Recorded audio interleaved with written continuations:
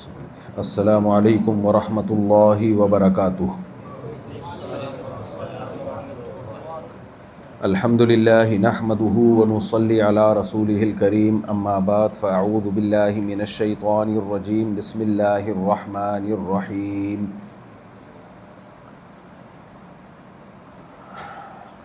ذالک الکتاب لا ریب فیہ ھدی للمتقین۔ جزیرہ بارباڈوس 1 مئی 2026 میں آج یہ میرا دوسرا بیان ہے، اور 2 ہی بیانات تھے کل یہاں پر، یعنی ہم اس کو آخری بیان بھی کہہ سکتے ہیں۔ پھر کبھی موقع ملا انشاءاللہ دوبارہ آئیں گے۔ اور میں گجراتیوں میں اتنا رہ گیا ہوں کہ اب مجھے شکل سے، صورت سے پتہ چل جاتا ہے کون گجراتی ہے اور کون گجراتی نہیں ہے۔ 3-4 بندے پیچھے بیٹھے ہوئے ہیں، مجھے صاف پتہ لگ رہا ہے ان کو دیکھ کے یہ گجراتی نہیں ہے۔ ان کو دیکھ کے مجھے پتہ چل گیا وہ یہاں بارباڈوس میں مسلمان سارے گجراتی ہی ہیں۔ چند لڑکے کل مجھے لاہور کے ملے، یونیورسٹی میں یا کہیں یہاں جاب کے لیے آئے ہوئے تھے۔ وہ میرا خیال ہے 10 ہے ان کی تعداد، شاید 10-12 ہوں گے۔ تو آج شکر ہے بیان میں آئے ہوئے ہیں وہ، باقی سارے گجراتی ہیں ماشاءاللہ۔ تو آج جو میرا بیان ہوگا نا، خاص اسپیشل گجراتیوں کے لیے، باقی لوگ بھی فائدہ ہوگا انشاءاللہ ان کو، لیکن اسپیشل گجراتیوں کے لیے بیان ہے۔ کیوں ہے یہ میں ابھی وجہ بتاتا ہوں کہ اس بیان کا نام بھی میں لکھوں گا، یعنی جو اس کو آڈیو بیان ہے، جب بھی ہم اس کو اپلوڈ کریں گے تو اس کا نام ہی ہوگا گجراتیوں کو ہدایات۔ اسپیشل کس کے لیے بیان ہے یہ؟ گجراتیوں کے لیے۔ آپ کہو گے یار گجراتی میں ایسی کیا بات ہے جو اسپیشل گجراتیوں کے لیے؟ میں بتاتا ہوں اس کی وجہ کیا ہے۔ پہلے تو بھائی آپ کو سب کو ماشاءاللہ آپ کی عظمت کو سلام۔ گجراتی دنیا میں جہاں بھی گئے ہیں کاروبار لے کر گئے ہیں، اس سے انہوں نے دنیا میں ترقی کی، اور جہاں گئے مسجد بنائی، مدرسہ بنایا۔ مدرسے میں حفظ کا بھی، ناظرے کا بھی اور عالم کا بھی۔ اس کا فائدہ یہ ہوا کہ اپنا کلچر بھی محفوظ، اپنا مذہب بھی محفوظ، اور روکھڑا بھی آ گیا جیب میں۔ روکھڑا سمجھتے ہیں کسے کہتے ہیں؟ پیسے کو۔ اگر آپ صرف مسجد مدرسہ بناتے، بزنس نہ کرتے، بزنس کو فوکس نہ کرتے، تو بھی بیڑا غرق ہو جانا تھا۔ کمزور آدمی کہیں بھی، کمزور قوم کہیں بھی سروائیو نہیں کر سکتی، خوب سمجھ لو۔ ایسے لوگ دنیا میں ہوتے ہیں، امیر بھی ہوتے ہیں، غریب بھی ہوتے ہیں، ہر طرح کی، یہ تو اللہ کی دین ہے۔ لیکن پوری قوم اگر غریب ہو جائے نا، پوری قوم اگر غریب ہو جائے تو اس قوم میں اسلام بھی غریب ہو جاتا ہے پھر۔ تو مجھے گجراتیوں کو دیکھ کے خوشی ہوتی ہے کہ بزنس کرتے ہیں اور ماشاءاللہ زیادہ تر مالدار ہی ہیں۔ تو آپ کے مالدار ہونے سے آپ طاقتور ہوگے، اور آپ کے طاقتور ہونے سے اسلام طاقتور ہوگا۔ سمجھ رہے ہو؟ اگر آپ غریب غربا ہوتے تو چندے ہی مانگتے رہتے ہیں۔ یہاں میں دیکھتا ہوں دنیا میں جہاں بھی گیا، برما گیا، افریقہ گیا، امریکہ گیا، کینیڈا گیا، آسٹریلیا گیا، چھائے ہوئے ہیں گجراتی ماشاءاللہ۔ تو دیکھو جب انسان کے پاس نعمت ہوتی ہے نا، اب میں کیوں گجراتیوں پہ اسپیشل بیان کر رہا ہوں، اب میں اس کی وجہ بتاتا ہوں۔ کچھ نعمتیں آپ کے پاس ہیں جو من حیث القوم، تھوڑی گاڑی اردو ہے، من حیث القوم دوسری قوموں کے پاس نہیں ہے وہ نعمت۔ تو جب تک انسان کے پاس نعمت ہوتی ہے اسے قدر نہیں ہوتی، جب نعمت چھنتی ہے پھر اسے قدر ہوتی ہے۔ جب تک نعمت ہوتی ہے نا، یہاں کئی لوگ مجھے نظر آئے ماشاءاللہ فٹ فاٹ، صحت مند، کھائے جا رہے ہیں، کھائے جا رہے ہیں، کھائے جا رہے ہیں، کھائے جا رہے ہیں۔ میں ان سے کہتا ہوں اللہ نہ کرے کہ تمہیں شوگر ہو گئی، بلڈ پریشر ہو گیا، ہارٹ کا مسئلہ ہو گیا، پھر تمہیں قدر ہوگی یار صحت کتنی بڑی نعمت ہے۔ اور یہ 6 بکلاوے کھا کے میں یہ بیان کر رہا تھا، یعنی اپنی حالت تو ہماری یہ ہے نا۔ اصل میں نے زندگی میں کبھی اتنی مٹھائی نہیں کھائی ہے، وہ ترکی گیا تو 6 بکلاوے کھا گیا میں، تو مجھے تو وہی سوار ہے سر پہ۔ خیر بکلاوا پتہ ہے نا، وہ مٹھائی ہوتی ہے خاص قسم کی۔ تو جب نعمت ہوتی ہے انسان کو اس نعمت کی قدر نہیں ہوتی۔ کتنے لوگ ہیں طلاق دے دی بیوی کو، بعد میں ساری زندگی روتے پھرتے ہیں۔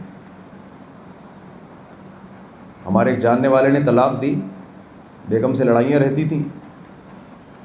اب کسی کو پتہ نہیں چلے گا کہ کس کی بات ہو رہی ہے، پرانا قصہ ہو گیا تو کوئی غیبت نہیں ہے اس میں. بعد میں ان کی دوبارہ شادی ہوئی بہت با اخلاق خاتون سے، لیکن کہتے ہیں یار میری زندگی کی رنگینیاں ختم. میں نے کہا کیوں؟ کہہ رہے ہیں یار اخلاق ہیں. پہلی والی کا خاندان تھا، خوبصورت تھی، تھوڑی بہت کڑوی کسیلی برداشت کر لیتا، زندگی پھر بھی گزر جاتی. اب بیچاری ایسی ہے کہ وہ میرا اس کی طرف اٹریکشن ہی نہیں. اتنے غم زدہ ہوئے نا، اس اتنا غم زدہ ہوا. تو میں نے کہا بھائی نعمت جانے کے بعد نعمت کی انسان کو قدر آتی ہے. بہت لوگ میں نے دیکھے ہیں طلاقیں دینے کے بعد پچھتاتے ہیں، اس لیے طلاق اچھا کام نہیں ہے. جو اللہ نے بیوی دے دی نا، سمجھو اللہ کے علم میں اس سے بہتر میرے لیے کوئی تھی نہیں. چھوڑنے کے بعد پھر لوگ پچھتاتے ہیں، 99.9% لوگ پچھتاتے ہیں. صحت جب تک آپ کے پاس ہے آپ کو قدر نہیں ہوگی. جب صحت جائے گی چیخو گے، چلاؤ گے، رو گے، کاش وہی صحت دوبارہ ہمیں مل جائے. یہ انسان کی عادت ہے. پیسہ ہوتا ہے تو پیسے کی قدر نہیں کرتا، وقت ہوتا ہے تو وقت کی قدر نہیں کرتا. اتنا بزی ہو جاتا ہے کہتا ہے کاش میرے پاس اسی طرح ٹائم ہوتا. پنجابی میں جو فارغ آدمی ہوتا ہے نا، یہ ہمارے ہاں لاہور کے بھی کچھ لوگ بیٹھے ہوئے، ویلا کہتے ہیں اس کو. فارغ کو کیا کہتے ہیں؟ پاکستان میں ویلے بہت ہیں، ملیں گے آپ کو. یہاں کوئی ویلا نہیں ہے. پنجابی کا لفظ ہے یہ. اردو میں جب کہتے ہیں نا فارغ تو وہ مزہ نہیں آتا اس میں. اے بھائی ہم جب اردو میں کسی کو کہتے ہیں نا فارغ آدمی ہے وہ، تو فارغ تو ایسا لگتا ہے اس کو رسپیکٹ دے رہے ہیں، آپ عزت دے رہے ہیں. کچھ لفظ پنجابی میں ہی جچتے ہیں، اس کو کہتے ہیں ویلا. ایسا ہی ہے نا بھائی، ویلا. پڑھا میں کوئی کام دھندہ نہیں ہے، لیکن جب مصروف ہوتا ہے کہتا ہے کاش میں اس فراغت کے ایام میں کچھ کر لیتا. نبی صلی اللہ علیہ وسلم نے ارشاد فرمایا نعمتان مغبون فیہا کثیر من الناس الصحۃ والفراغ. دو نعمتیں ایسی ہیں جن سے لوگ دھوکے میں پڑے ہوئے ہیں. دھوکے میں. دھوکہ کیا ہے؟ وہ سمجھتے ہیں یہ ہمیشہ رہے گی یہ نعمت. ایک صحت کی نعمت، ایک فراغت کی نعمت. جب آپ مصروف ہو جاؤ گے نا، آپ کہو گے کاش میں جب فارغ تھا تو یہ بھی کر لیتا، یہ بھی کر لیتا، یہ بھی کر لیتا، یہ بھی کر لیتا. مصروفیت کے دنوں میں یہ سب چیزیں یاد آتی ہیں. اور جب بیمار ہوگے آپ بولو گے کاش میں جب صحت مند تھا تو یہ بھی کر لیتا، یہ بھی 6 بکلاوے نہ کھاتا کاش میں. تو اسی طرح یاد رکھو، ایک نعمت. میں برما گیا، وہاں بھی میں نے دیکھے لوگ، یہاں بھی آیا ہوں. فرقواریت بالکل نہیں ہے یہاں پہ. سمجھ میں آ رہی ہے بات؟ یہاں فرقواریت الحمدللہ زیرو ہے. تو یہ بری بات ہے اچھی بات ہے؟ تو میرا فرض نہیں بنتا کہ میں بتاؤں کہ اس فرقواریت سے آگے بھی کیسے بچ سکتے ہو. پتہ ہے جب تک خلافت عثمانیہ تھی نا فرقواریت نہیں تھی. جب تک مسلمانوں کی خلافتیں دنیا میں قائم تھیں اختلافات ہوتے تھے، یہ نہیں کہ اختلافات نہیں تھے. یہ جو آج جس فرقواریت کی لعنت میں ہم مبتلا ہیں، یہ والی لعنت یہ انگریزوں کے ہندوستان میں آنے کے بعد آئی ہے. جب تک ہندوستان میں مسلمانوں کی حکومت تھی، میانمار برما بھی مسلمانوں کے کنٹرول میں، بنگلہ دیش بھی مسلمانوں کے کنٹرول میں، پاکستان بھی مسلمانوں کے کنٹرول میں، ہندوستان بھی مسلمانوں کے کنٹرول میں. آپ کا کیا خیال ہے یہ کم آبادی ہے؟ مجھے لگ رہا ہے آپ لوگ، میں نہیں سمجھا پا رہا اپنی بات. مجھے ایسے گھور گھور کے دیکھ رہے ہیں جیسے میں قرضہ لیا ہوا آپ سے. قرضہ تھوڑی لیا ہوا میں نے یار، پرسوں تو میں آیا ہوں. تو اتنی بڑی آبادی والا ملک، 800 سال سے زیادہ مسلمانوں نے حکومت کی، 800 سال سے زیادہ، اور فرقواریت کا ریشو زیرو. سمجھ میں نہیں آ رہی بات؟ فرقواریت زیرو. انگریز کے آنے کے بعد فرقے بننا شروع. تو کیا ہوا انگریز کے آنے کے بعد کہ لڑائیاں بھی، اختلافات بھی اور فرقے بھی؟ اس کا مطلب کچھ گورے نے کیا نا. کیا خیال ہے؟ توڑا نا. اب مجھے بتاؤ مسلمانوں کو توڑنے کے لیے جو لیبل لگانا پڑے گا وہ تورات اور انجیل کا لیبل لگانا پڑے گا. ہے بھائی؟ مجھے ایک بات بتاؤ, آپ کو کوئی بیوقوف بناتا ہے, آپ کو دیکھ کے جلتا ہے کہ آپ کے پاس پیسہ بہت ہے, تو آپ سے پیسہ لینے کے لیے وہ لیبل کیا لگائے گا کہ مجھے پیسہ دو تاکہ تم غریب بن جاؤ. یہ لیبل لگائے گا وہ؟ ہے بھائی؟ اگر یہ لیبل لگائے گا تو آپ دو گے اس کو پیسہ؟ نہ. ہمیشہ پیسہ بٹورا جاتا ہے یہ کہہ کے کہ مجھے پیسہ دو, میں کاروبار میں لگاؤں گا, یہ پیسہ ڈبل کر کے تمہیں واپس لوٹاؤں گا. جتنے لوگوں کی رقمیں آج تک ڈوبی ہیں مجھ سمیت, وہ اسی بیس پہ ڈوبی ہیں کہ پیسہ ڈبونے والا جو عنوان قائم کرتا ہے وہ یہ کہ مجھے دو, میں کاروبار میں لگاؤں گا اور نفع کے ساتھ تمہیں واپس لوٹاؤں گا, اور جیسے نہ آپ نے دیے مارکیٹ سے شارٹ. ہمیشہ اچھا لیبل لگایا جاتا ہے دوسرے کو بیوقوف بنانے کے لیے. سمجھ میں آ رہی ہے بات؟ اب آپ کے ہاں فرقہ واریت کا ریشو ہے 0. برما میں بھی ایسا ہی ہے, کوئی فرقہ نہیں ہے برما میں, جتنے مسلمان ہیں وہاں پہ سب اتفاق اتحاد. فرقہ واریت جب بھی سوسائٹی میں آتی ہے نا تو ہر نیا فرقہ لیبل یہ لگاتا ہے کہ میں تمہیں قرآن و حدیث بتاؤں گا. سمجھ میں آ رہی ہے بات کہ نہیں آ رہی ہے؟ میں کسی کو نہیں مانتا, میں صرف کس کو مانتا ہوں؟ قرآن و سنت کو. ایک عام آدمی اس کی بات کے نرغے میں آتا ہے, وہ یہ نہیں دیکھتا کہ اب تک امت جو آئی تھی کیا وہ تورات اور انجیل کو مان رہی تھی؟ تو اکیلا آیا جو قرآن و سنت بتائے گا ہمیں؟ اب تک ہم گھاس کھا رہے تھے کیا؟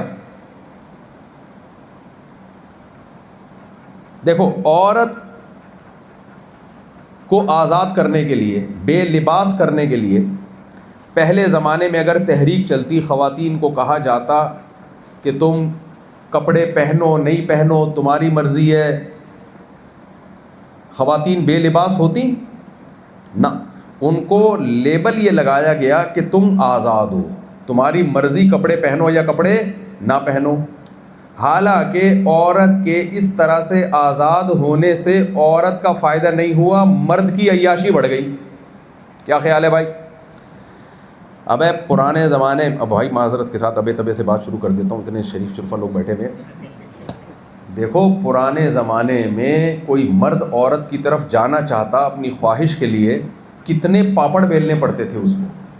پہلے لڑکی کے ابا سے بات کرتا, اس کے خاندان سے بات کرتا, لڑکی والے دیکھتے آپ کی جاب ہے یا نہیں ہے بھائی, آپ ڈاکٹر ہو, انجینئر ہو, کماتے کتنا ہو, سارا پورا ایک فلٹر کرنے کے بعد پھر استخارہ بھی نکالتے.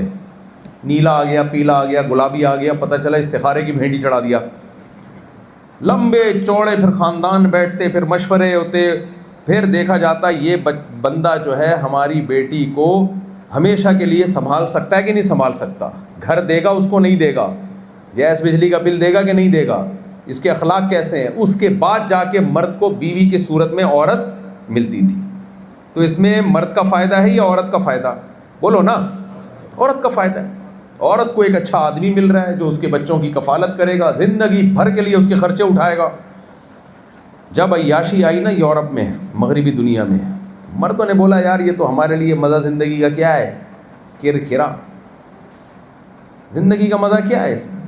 اتنی مشکل سے ایک ملتی ہے, دوسری تیسری تو اور مصیبت.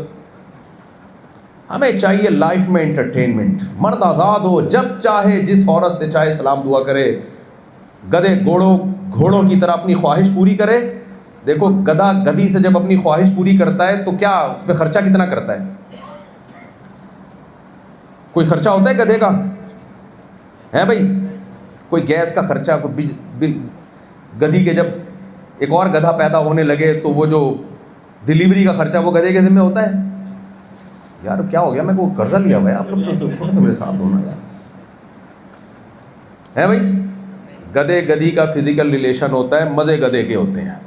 گدھے نے مزے اڑائے, حرام مزے, لیکن خیر اس کے لیے وہ حلال ہے, گدھا ہے نا. تو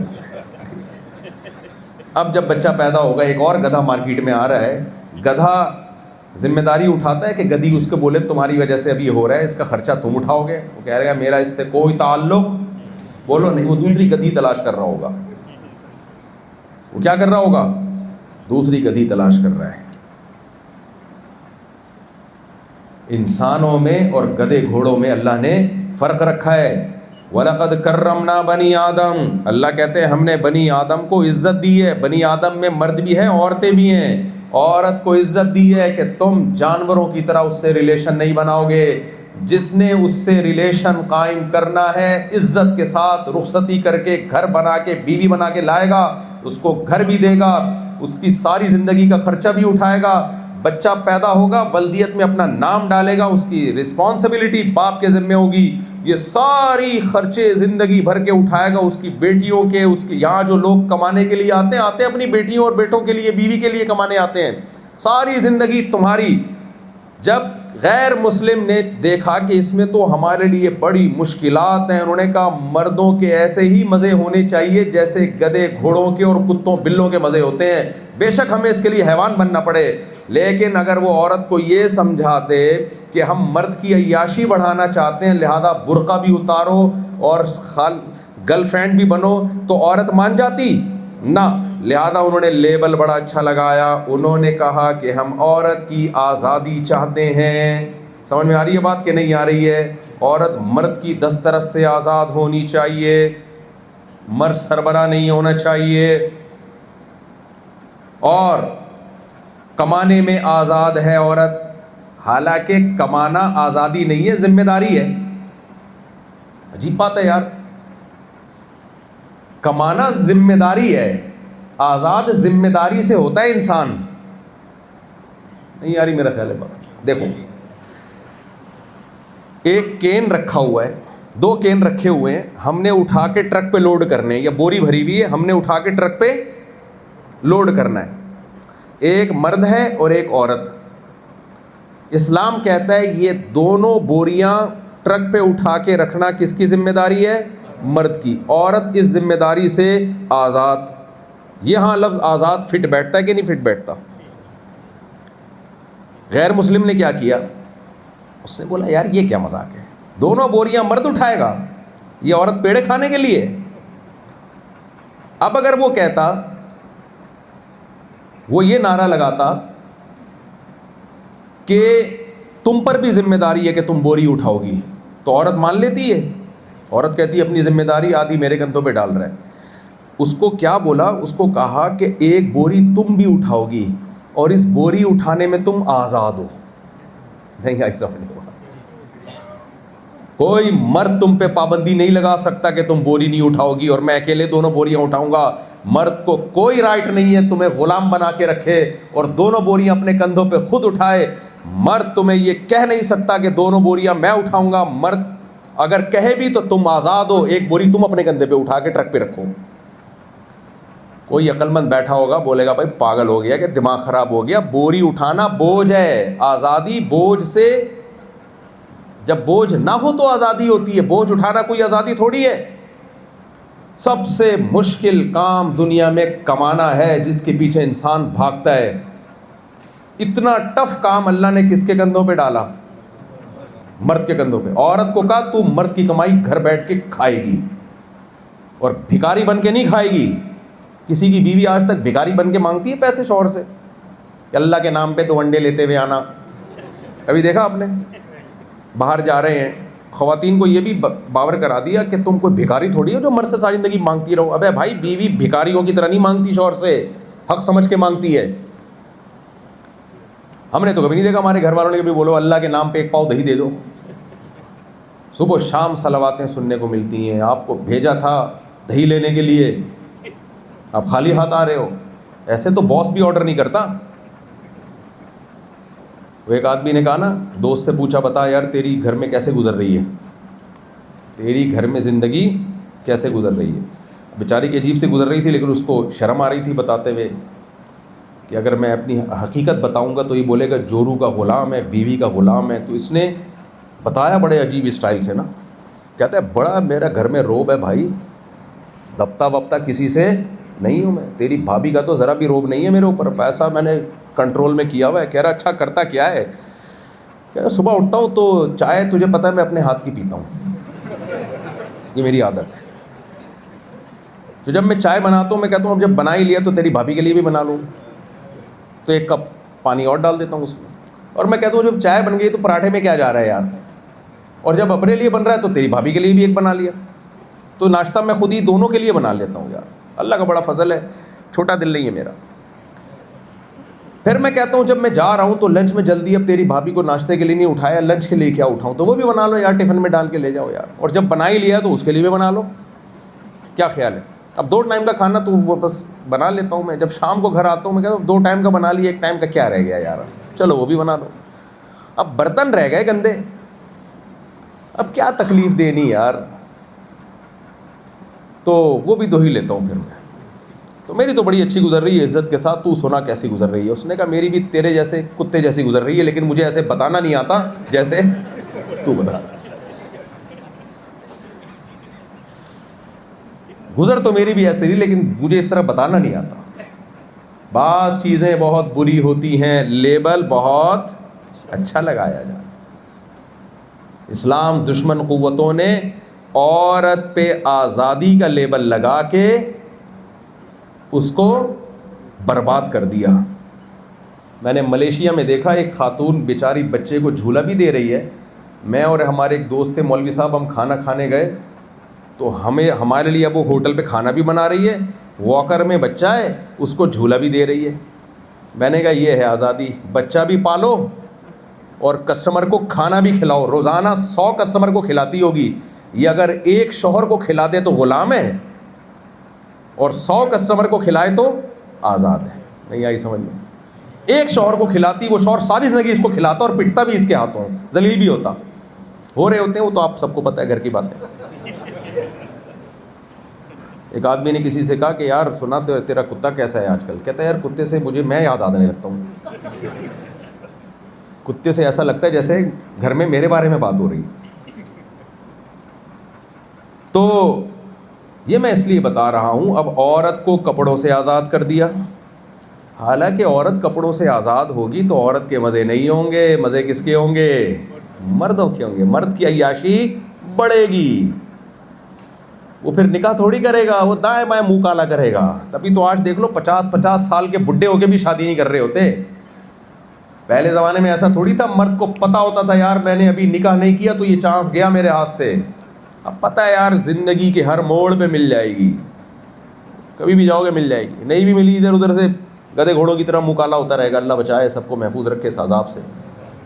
تو میں کہنا یہ چاہتا ہوں, میرا یہ آج بیان کا یہ ٹاپک ہے نہیں, بس صرف یہ بتانا چاہتا ہوں کہ بعض چیزوں پہ لیبل اچھا لگا ہوتا ہے, کیونکہ سوسائٹی میں جب کسی چیز کو پروموٹ کیا جاتا ہے تو اچھا لیبل لگانا ضروری ہے, ورنہ وہ چیز مارکیٹ میں چلتی نہیں ہے. اگر آپ چاہتے ہو سب لوگ چرس پینا شروع کر دیں, اللہ نہ کرے, تو آپ چرس کے نقصانات بتا کے چرس کو پھیلا سکو گے معاشرے میں؟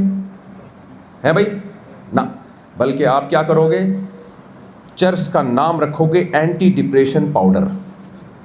اگر آپ چاہتے ہو, کوئی حکومت چاہتی ہے کہ سب چرسی بن جائیں, تو چرس کا نام چرس ختم کرنا پڑے گا. کیا خیال ہے؟ یہاں چرس کو چرسی کہتے ہیں, آپ لوگ گجراتیوں کے یہاں چرسی ہوتے ہیں, آپ لوگ کے یہاں چرسی نہیں, پھر آپ کو کیا پتا چرس کیا ہوتی ہے؟ ایک دفعہ ٹرائی کر کے دیکھیں.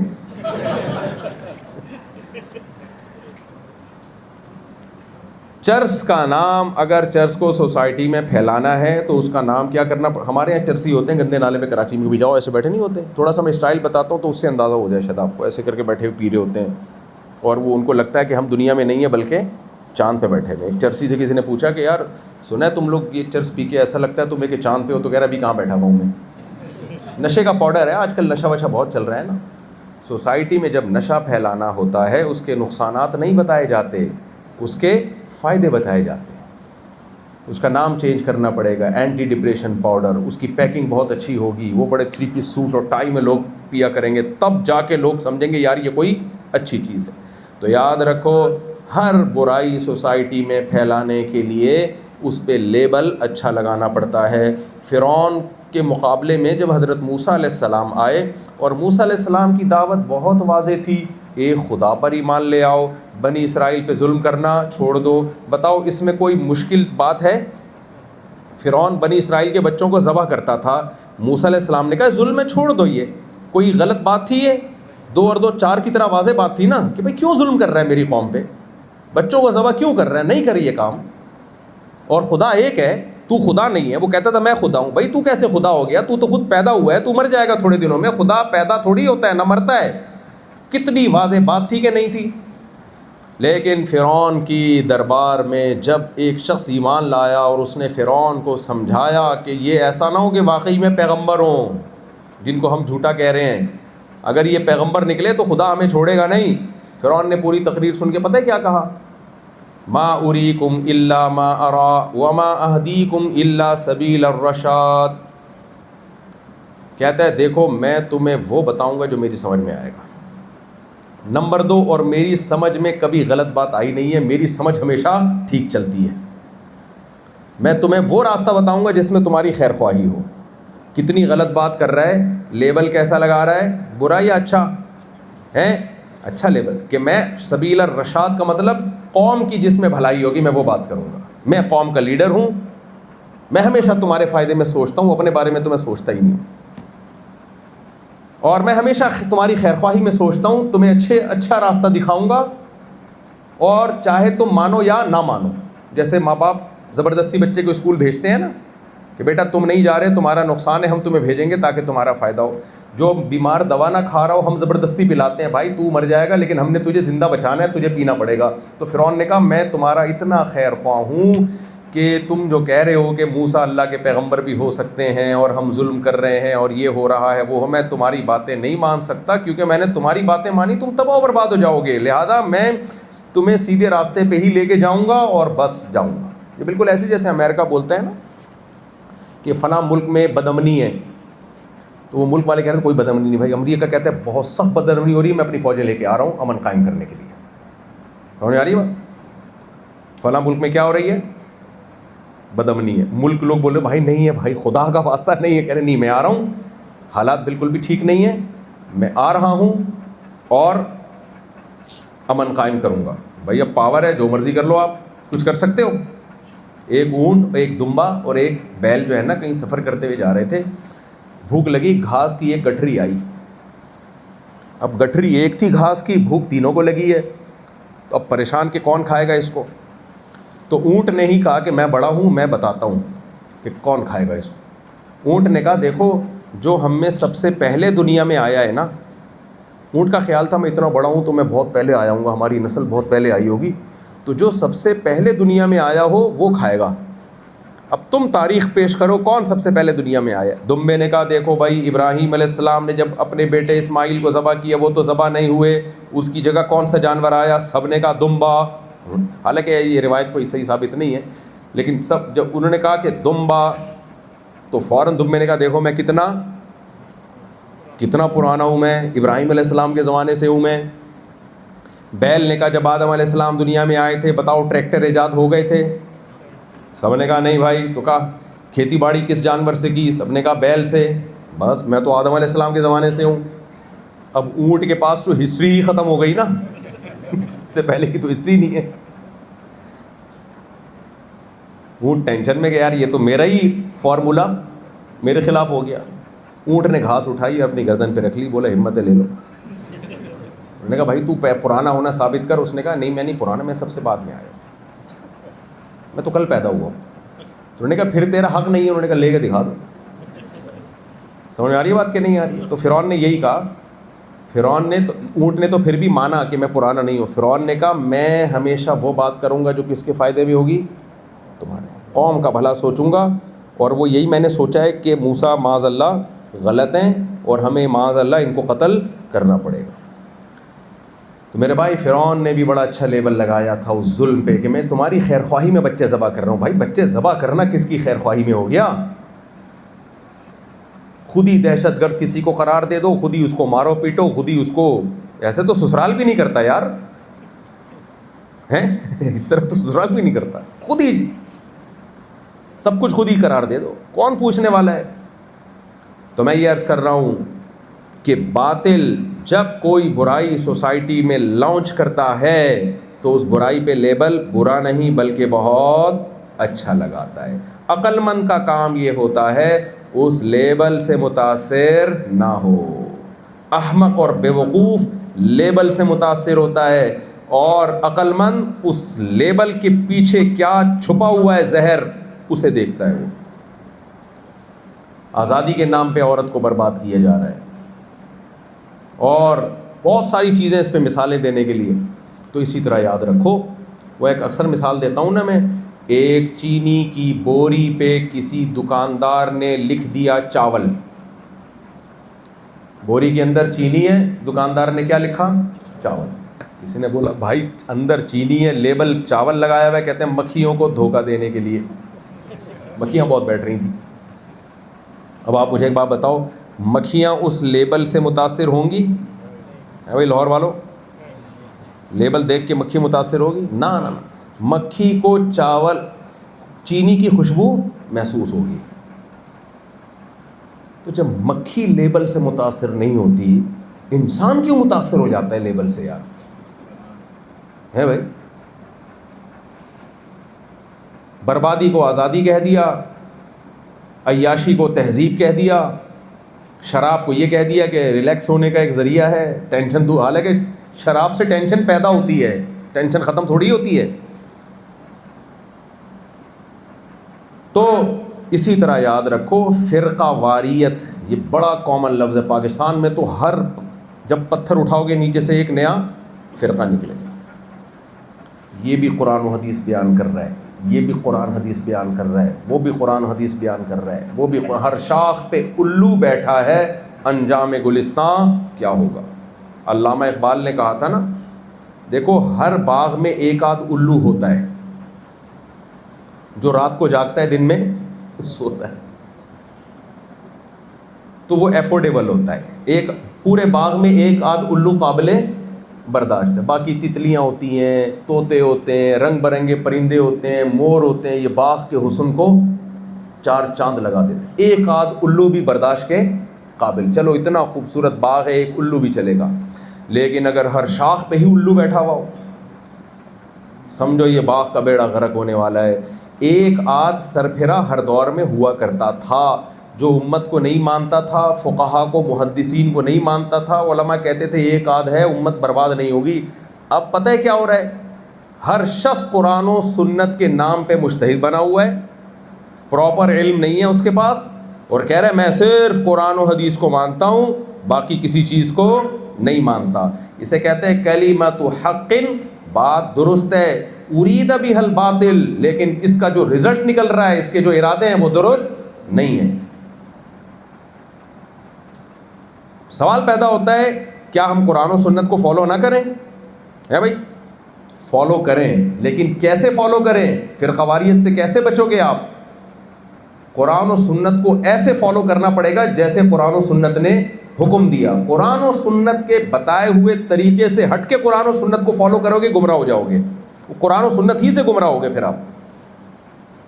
قرآن نہیں کہتا یضل بہ کثیرا ویہدی بہ کثیرا, یہ قرآن بہت سے لوگوں کو ہدایت دیتا ہے, یہی قرآن بہت سے لوگوں کو گمراہ بھی کر دیتا ہے. تو کیا کیسے اس فرقہ واریت سے اب تک آپ بچے ہوئے ہیں, تو کیسے بچیں گے؟ یہ میرا پورا یہاں تک بیان تھا اس سوال کو پکا کرنے کے لیے. سمجھ میں آ رہی ہے بات؟ تاکہ آپ کی سمجھ میں جواب آ جائے. سوال سمجھانا بعض دفعہ بڑا مشکل ہوتا ہے نا. دیکھو ہمارے یہاں کراچی میں جو تعلیم کا معیار ہے نا, پتہ ہے کس قسم کے سوالات آ رہے ہیں؟ محمود غزنوی نے ہندوستان پہ 17 کیا کیے, یہ سوال ہے. طلبہ کو اس کا جواب بھی تاریخ میں ہے نا, محمود غزنوی نے ہندوستان پہ 17 حملے کیے, یہ تاریخ کی کتابوں میں ہے. اب طلبہ کی نالج کا یہ حال ہے کہ سوال ہوتا ہے محمود, اگر پوچھے نا کس نے ہندوستان پہ 17 حملے, تو بھوچ ہو جائیں گے, بولے پتہ نہیں اتنے گاڑے گاڑے سوالات. اب ہمارا سندھ ٹیکسٹ کا جو معیار ہے نا وہ یہ ہے کہ تاریخ کا سوال ایسے آئے گا, محمود غزنوی نے ہندوستان پہ 17 کیا کیے. اسٹوڈنٹس کو اس کا بھی جواب نہیں آتا, یار کیا کیا تھا. لہذا اگلا سوال یہ ہوگا, دوسرا سوال, محمود غزنوی نے ہندوستان پہ کتنے حملے کیے؟ یہ سوال نمبر 2. آئی بات سمجھ میں؟ یہ معیار چل رہا ہے ہمارے یہاں تعلیم کا. تیسرا سوال، محمود غزنوی نے کس ملک پہ 17 حملے کیے؟ یہ سوال نمبر بولو. اور طلبہ بیٹھے ہوتے ہیں دخل کر رہے ہوتے ہیں، کیا جواب ہے یار. چوتھا سوال، کس نے ہندوستان پہ 17 حملے کیے؟ پھر بھی اگر کسی کمبخت کو جواب نہ آئے، بتاؤ یار، پھر بھی کسی کمبخت اور نہیں آ رہا ہوتا جواب، پھر بھی دیکھ رہا ہوتا ہے یار جواب بتا کیا ہے یار. تو یہ بات پتہ نہیں کہاں سے آ گئی ہے. میں کیا کہہ رہا تھا؟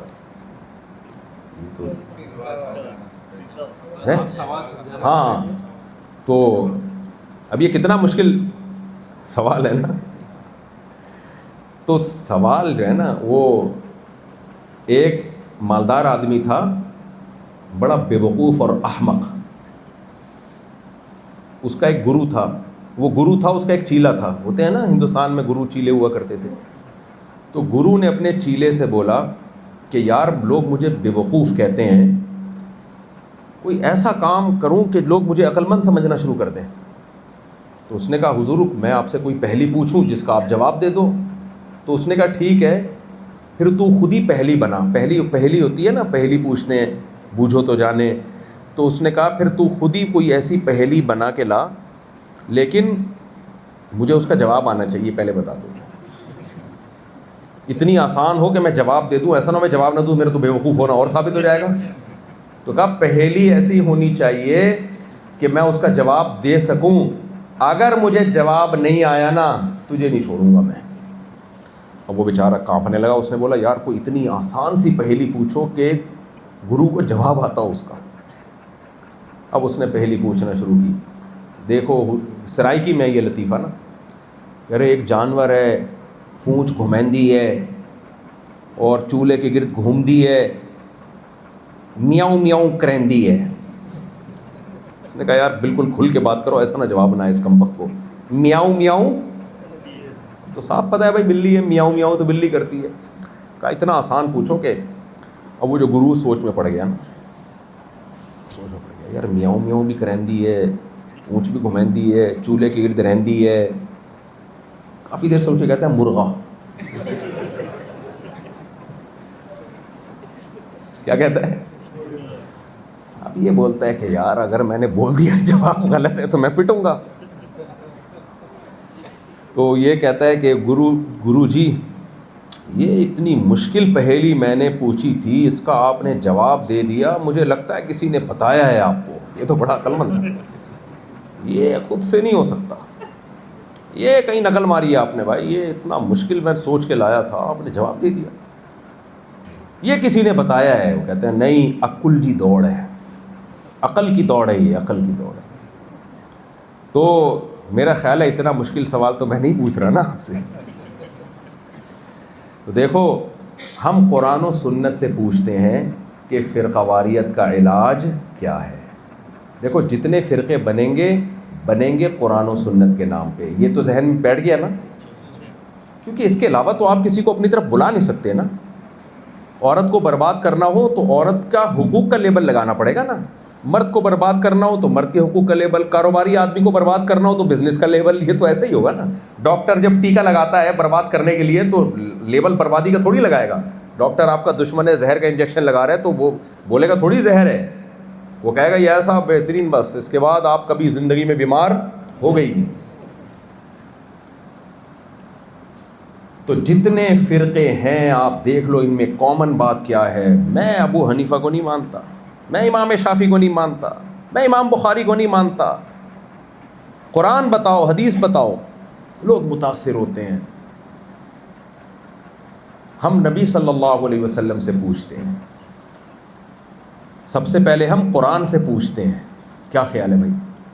قرآن کہتا ہے وَمَن يَتَّبِعْ غَيْرَ سَبِيلِ الْمُؤْمِنِينَ، جو بھی مسلمانوں کے راستے کو چھوڑے گا، مومنین کے راستے کو چھوڑے گا، نُوَلِّهِ مَا تَوَلَّى، جدھر جا رہا ہے جانے دیں گے. کتنے سخت الفاظ ہیں اور عجیب الفاظ ہیں. کیا مطلب کوئی ایک راستہ نہیں ہے جس پہ پھر وہ چلے گا. کوئی ادھر جا رہا ہوگا, کوئی ادھر, جہاں جا رہا ہے دفع ہو. جیسے آپ کسی کو راستہ بتا رہے ہو, بھائی یہ ٹریک ہے, یہاں سے یہاں جانا, یہاں سے وہاں جانا, وہ کہہ رہے نہیں میں نہیں جا رہا. آپ کراچی سے حیدرآباد جا رہے ہو, کراچی میں کے ساتھ ایک حیدرآباد ہے, 2.5 گھنٹے کے بعد مچھلی بڑی مزے کی ہوتی ہے. کراچی والا حیدرآباد کی بات کرو, انڈیا والے حیدرآباد کی نہیں. وہاں کی مچھلی بہت مزے کی ہوتی ہے, اگر وہاں تک سندھ کے ڈاکوؤں سے بچ کے پہنچ جاؤ. لیکن مین روڈ پہ سونا ڈاکو نہیں ہوتے. خیر, تو آپ کہہ رہے ہیں کہ جہاں یہ ساری بسیں جا رہی ہیں نا, ساری بسیں جس ٹریک پہ چل رہی ہیں سب حیدرآباد جا رہے ہیں, تم بھی انہی کے پیچھے پیچھے چل لینا. تم بھی کہاں چل لینا؟ انہی کے پیچھے پیچھے. آپ کہہ رہے نہیں میں تو ان کے پیچھے نہیں چلوں گا, میں تو, آپ پھر کہیں گے دفعہ ہو, جہاں مرضی جانا ہے چلا جا, پھر کسی کھڈے میں گر جا, حیدرآباد کی طرف ہے کوئٹہ پہنچ جا, جہاں مرضی دفعہ ہو جا. قرآن کے بھی اسی ٹائپ کے الفاظ ہیں. وَمَن يَتَّبِعْ غَيْرَ سَبِيلِ الْمُؤْمِنِينَ, جو مومنین کے راستے کو چھوڑے گا. کیا مطلب عامۃ المومنین؟ کیوں؟ نبی صلی اللہ علیہ وسلم نے فرمایا لا تجتمع امتی علی ضلالہ, میری امت کبھی گمراہی پہ جمع نہیں ہوگی. دیکھو بہت سے لوگ کہتے ہیں کہ عیسائی سارے خراب ہو گئے, یہودی خراب ہو گئے, تو اس امت میں بھی تو بہت سے لوگ خراب ہو سکتے ہیں. نا نا نا نا نا نا نا نا.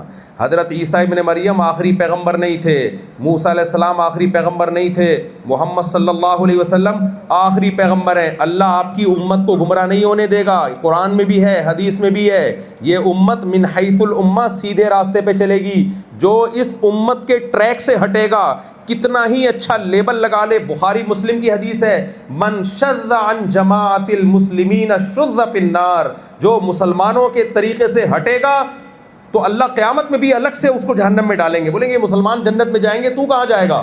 جہنم میں.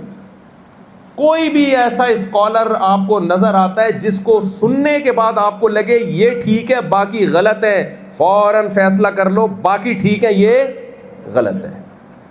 امت غلط نہیں ہو سکتی, ایک شخص غلط ہو سکتا ہے, 2 شخص غلط ہو سکتے ہیں, 400 غلط ہو سکتے ہیں, پوری امت غلط بولو نہیں ہو سکتی. یہ قرآن کہہ رہا ہے, کیونکہ یہ آخری امت ہے.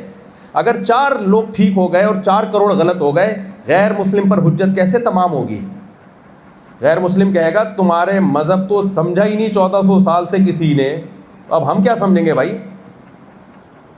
1400 سال سے تم لوگ گھاس کھا رہے تھے, سیدھے راستے پہ نہیں تھے, تو اب 1400 سال کے بعد جا کے چلو گے سیدھے راستے پہ. تو چونکہ نبی صلی اللہ علیہ وسلم آخری نبی ہے, یہ دین قیامت تک کے لیے آئے گا, اس لیے نبی صلی اللہ علیہ وسلم نے فرمایا یہ امت گمراہی پہ جمع نہیں ہوگی, یہ امت حق پر رہے گی. تو جو امت کے ٹریک سے ہٹے گا وہ کبھی بھی جنت میں نہیں جا سکتا, وہ سیدھے راستے پہ نہیں ہو سکتا. امت کا ٹریک کون سا ہے؟ سوال پیدا ہوتا ہے. سمجھ میں آ رہی بات کہ نہیں آ رہی ہے؟ امت کا ٹریک کیا ہے؟ نبی صلی اللہ علیہ وسلم نے ارشاد فرمایا میری امت میں 73 فرقے ہوں گے. کتنے؟ 73. فرمایا کلہم فی النار, 72 اس میں جہنم میں, 1 جنت میں. کتنی پیاری حدیث ہے, نبی نے بتا دیا بھائی اتنے سارے فرقے ہوں گے, 1 جنت میں جائے گا. اور صحابہ نے ہم پہ احسان کیا کہ صحابہ نے نبی سے پوچھ لیا کہ وہ کون سا جنت میں جائے گا. ہوگا وہ بڑی تعداد میں, یہ ہمیں دوسری حدیثوں سے پتہ چل گیا, 4 آدمی نہیں ہوں گے وہ. میں اکثر لطیفہ سناتا ہوں نا, ایک آدمی کو خواب آیا. آج کل کے اسکالر جس طرح سے بتا رہے ہیں نا ہم ٹھیک ہیں ہم ٹھیک ہیں ہم ٹھیک ہیں, ان پر یہ خواب صادق آتا ہے. ایک آدمی کو خواب آیا کہ ایک طرف جنت ایک طرف جہنم. جہنم میں گیا تو دیکھا کہ بھائی وہاں دیگیں پک رہی ہیں, جنت میں گیا تو دال چاول کھا رہے ہیں لوگ. خواب میں اس نے فرشتوں سے پوچھا یہ کیا سیٹ اپ ہے بھائی؟ ادھر دیگوں پہ دیگیں, ادھر پاپے چائے میں ڈال کے کھا رہے ہیں, یہ کیا ہے؟ فرشتوں نے بولا اب 4 آدمیوں کے لیے دیگ پکائیں کیا؟ بندہ ہی نہیں ہے جنت میں بھائی, بندہ ہی نہیں ہے. سارے تو گمراہ تھے, 4-6 بندے تھے وہ ٹھیک تھے, وہ صحیح قرآن و سنت جانتے تھے. باقی سارے علماء صلحاء امام ابو حنیفہ کے فالوورز وہ بھی جہنمی تھے کیونکہ وہ امام حنیفہ کی تقلید کرتے تھے. امام شافعی کے جو ماننے والے وہ بھی جہنمی تھے کیونکہ وہ امام شافعی کی تقلید کرتے تھے. امام احمد بن حنبل کے ماننے والے وہ بھی جہنمی تھے کیونکہ امام احمد بن حنبل کی تقلید کرتے تھے. امام مالک کے ماننے والے وہ بھی جہنمی کیونکہ وہ امام مالک کی تقلید کرتے تھے. 99% امت تو 1400 سال سے یہی کرتی آئی ہے. وہ سارے کے سارے کہاں چلے گئے؟ جہنم میں. 1% وہ جو ان چاروں کو نہیں مانتے تھے، وہ کہتے تھے ہم قرآن و حدیث کو مانتے ہیں صرف ان کے لیے. اب کیا دیگیں پکائیں ہم بیٹھ کے کیا ان کے لیے؟ نہیں آئی میرا خیال ہے بات. تو 4 آدمی بچیں گے بس. 99% کیا ہیں؟ پوری دنیا میں 50% حنفی آج بھی، اور پہلے یہ تعداد زیادہ تھی خلافت عثمانیہ یا اس سے پہلے تو یہ تعداد. اور اب کتنے ہیں اہل سنت میں؟ شیعوں کی بات نہیں کر رہا، اہل سنت میں 50% حنفی ہیں. یہ ڈاکٹر ذاکر نائک کی تحقیق ہے، اور ویسے بھی یہ تحقیق ہے. یہ ڈاکٹر ذاکر نائک سے پرسنل میں نے بذات خود جب میری ملیشیا میں ان سے ملاقات ہوئی، اللہ ان کی عمر برکت ہے، بہت ہی ملنسار آدمی ہیں، بہت عزت دینے والے آدمی ہیں. تو 2-2.5 گھنٹے بیٹھ کے گپ شپ ہوئی. بڑے اللہ ان کی عمر، جب بھی آئے ہیں تو بندے کو وقت دیتے ہیں، یعنی کوئی بھی ملنے جاتا ہے نا تو اچھے طریقے سے ملتے ہیں. یہ بھی ایک اچھی بات ہوتی ہے، آدمی مشہور ہو جائے پھر کسی سے مل لے تمیز سے، تو تواضع کی بات ہوتی ہے نا. یہ کیا خیال ہے؟ ورنہ آج کل تو تھوڑی سی مشہور ہو جائے بندہ تو بس مارکیٹ سے شاٹ. لیکن ایک بات یاد رکھو، لوگ مجھے کہتے ہیں آپ مشہور ہو کے بدلے نہیں. کہ تو تم 4 کر کے دیکھو، تمہاری جو گھر میں عزت ہوگی نا اس سے تمہارے اندر تکبر کے علاوہ سب کچھ پیدا ہوگا. ایک آدمی کسی محلے میں گیا اور واپس آیا، کہنے لگا اللہ کا شکر ہے میری عزت نہیں ہے. اس نے کہا کیوں؟ کہہ رہے ورنہ آج بڑا ذلیل ہو جاتا میں. ذلیل ہونے کے لیے پہلے عزت ہونا ضروری ہے. تو اس نے کہا آج میں نے ایسا کام کیا ہے کہ ذلیل ہو جاتا ہے، لیکن چونکہ عزت ہی نہیں ہے اللہ نے ذلت سے الحمدللہ بچا. تو ذلت سے بچنے کا ایک طریقہ یہ ہے کہ عزت پیدا ہی نہ ہونے دو. کیا خیال ہے؟ عزت یہ بھی ایک طریقہ ہے. تو غربت ختم کرنے کا جو ہمارے حکمرانوں کے پاس ایک طریقہ ہے نا پاکستان میں، وہ ہے کہ غریبی کو ختم کر دو. غریب ختم ہو جائے گا تو غربت ختم. تو یہ ایک پیکج ہے، بہترین پیکج ہے، ضرورت کے وقت کام آ سکتا ہے یہ پیکج. خیر، تو ڈاکٹر ذاکر نائک صاحب نے کہا، حالانکہ یہ ڈاکٹر صاحب کی رپورٹ ہے لیکن حقیقت یہ ہے کہ اس سے پہلے اگر ہم جاتے ہیں نا ماضی میں تو اس سے بھی زیادہ تھے. 50% کتنے ہیں دنیا میں؟ حنفی. 30% شافعی. 17% مالکی. 2% حنبلی. 1% جو باقی بچتے ہیں ان کا کوئی فقہ نہیں ہے، بلکہ ان میں ہر شخص مجتہد ہے. وہ کسی ایک رائے پہ نہیں ہے کہ کوئی فقہ ان کا مرتب ہو، کوئی وضو سے لے کے وراثت کے حکام تک پوری کتاب، کوئی کسی کچھ بھی نہیں ہے. وہ یہاں کی رائے کچھ اور ہوگی، وہ کہہ رہا داڑھی کٹانا صحیح ہے، وہ کہے گا داڑھی بڑھانا صحیح ہے، وہ کہے گا پردہ کچھ نہیں ہوتا، وہ کہے گا سود، یہ سود ہے ہی نہیں، خالص سود بھی کیا ہو گیا؟ حلال. وہ کہیں گے قادیانی کے پیچھے بھی نماز جائز ہے، وہ کہے گا صحابہ کرام بھی معیار حق نہیں ہے، وہ فلانا کہے گا، وہ ڈھمکانا کہے گا 3 طلاقیں 1 ہوتی ہیں، وہ کہے 3 طلاقیں 3 ہوتی ہیں، وہ کہے 3 طلاقیں ہوتی نہیں ہے. او بھائی چوچو کا مربع ہمارے یہاں ہے نا.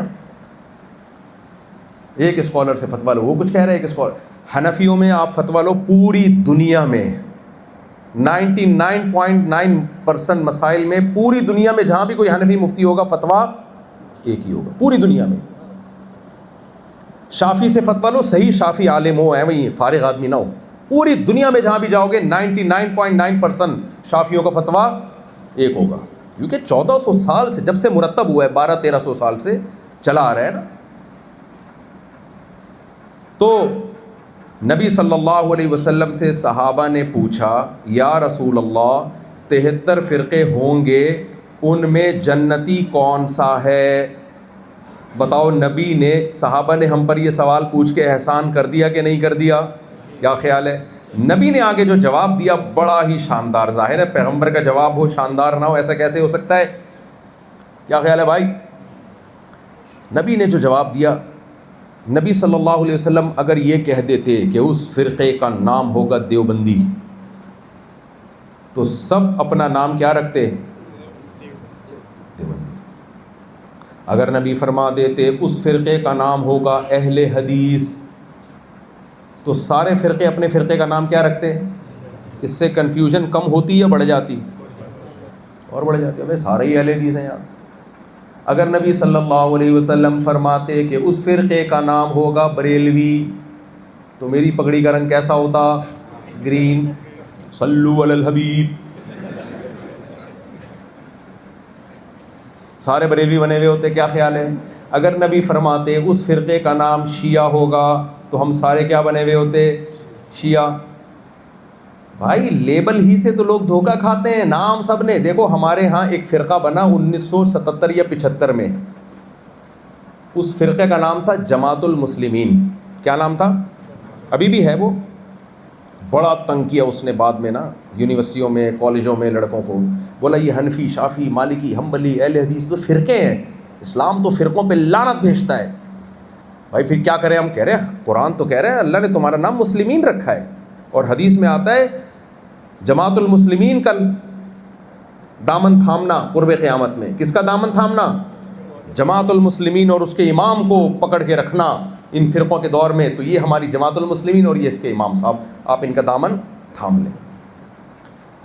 اتنا ہمارے ساتھ یہ لوگ مناظرے کرتے تھے، میں نے کہا بھائی صاحب نبی صلی اللہ علیہ وسلم نے یہ تھوڑی فرمایا کہ اس فرقے کا نام جماعت المسلمین ہوگا۔ حدیث کا مطلب ہے مسلمانوں کی جماعت سے چمٹے رہنا، الگ سے 1.5 اینٹ کی مسجد مت بنانا۔ آپ نے تو مسلمانوں کی جماعت کو چھوڑا، سب کو کافر کہا، اور جو چھوڑنے کے بعد جو جماعت بنی اس کا نام جماعت المسلمین رکھ لیا۔ یہ بالکل ایسا ہی ہے جیسے گورنمنٹ نے پولیس کو کہا جہاں ڈاکو نظر آئے اس کو پکڑنا، جہاں ڈاکو نظر آئے اس کو پکڑنا، اور پولیس والا نظر آئے اس کو چھوڑ دینا۔ سارے ڈاکوؤں نے اپنا نام پولیس خان رکھ لیا بھائی، ڈاکوؤں نے سارا اپنا نام کیا رکھ لیا؟ پولیس خان۔ پولیس خان نام رکھ لیا کہ جی وہ اب کوئی بھی پولیس والا لوگوں سے پوچھ رہا ہے یہ کون ہے، کہہ رہے ہیں یہ پولیس، اس کا نام کیا؟ پولیس خان۔ پولیس والا نہیں چھوڑے گا، پولیس والا کہے گا بھائی ڈاکو کا مطلب جس میں علامتیں کون سی پائی جاتی ہوں، یہ نام نہیں ہے، ناؤن نہیں ہے، یہ صفات ہے۔ تو مسلمانوں سے چمٹے رہنا، ان کا کوئی امام کا مطلب جو حاکم ہو، بغاوت نہیں کرنا، 1.5 اینٹ کی الگ مسجد نہیں بنانا۔ میں نے کہا تم کمبختوں نے تو الگ سے 1.5 اینٹ کی مسجد بنائی، الگ فرقہ بنایا، اور اس فرقے کا نام اتنا خوبصورت رکھ دیا۔ اور میں نے کہا کہ 1975 سے پہلے تو یہ فرقہ ہی نہیں تھا۔ تو کیسے کیسے لیبل لگا کے لوگوں کو الو بنایا جا رہا ہے، سمجھ میں آ رہا ہے کہ نہیں آ رہا سمجھ میں؟ ایک آدمی کا انتقال ہوا نا، قبر میں گیا، 2-3 آدمی نا اکٹھے مرے بیچاروں کو اجتماعی قبر میں ڈال دیا۔ فرشتہ آیا، تمہارا نام کیا ہے؟ کہتا ہے اخلاص خان۔ چلو سورہ اخلاص سناؤ۔ اس نے سورہ اخلاص سنائی، وہ چلو جی بخش دیا۔ دوسرے کا نام تھا یاسین خان، وہ ٹینشن میں آ گیا یار۔ فرشتے نے بولا تیرا نام کیا ہے؟ کہہ رہے نام تو یاسین خان ہے لیکن پیار سے لوگ کوثر خان کہتے ہیں۔ نام کیا ہے؟ یاسین خان ہے لیکن پیار سے کیا کہتے ہیں؟ کوثر خان۔ سورہ کوثر سنا دیتا ہوں۔ تو ناموں سے کوئی دھوکہ نہیں کھاتا میرے بھائی، تو ہم کیوں دھوکہ کھائیں؟ سب نے اچھے اچھے نام۔ میرا مقصد سلفی علماء کا مذاق اڑانا نہیں ہے، سارے علماء ہمارے لیے قابل احترام ہیں، لیکن آج کل سلفی نام سے بھی بہت سے لوگ چل رہے ہیں کہ ہم اسلاف کو فالو کرتے ہیں۔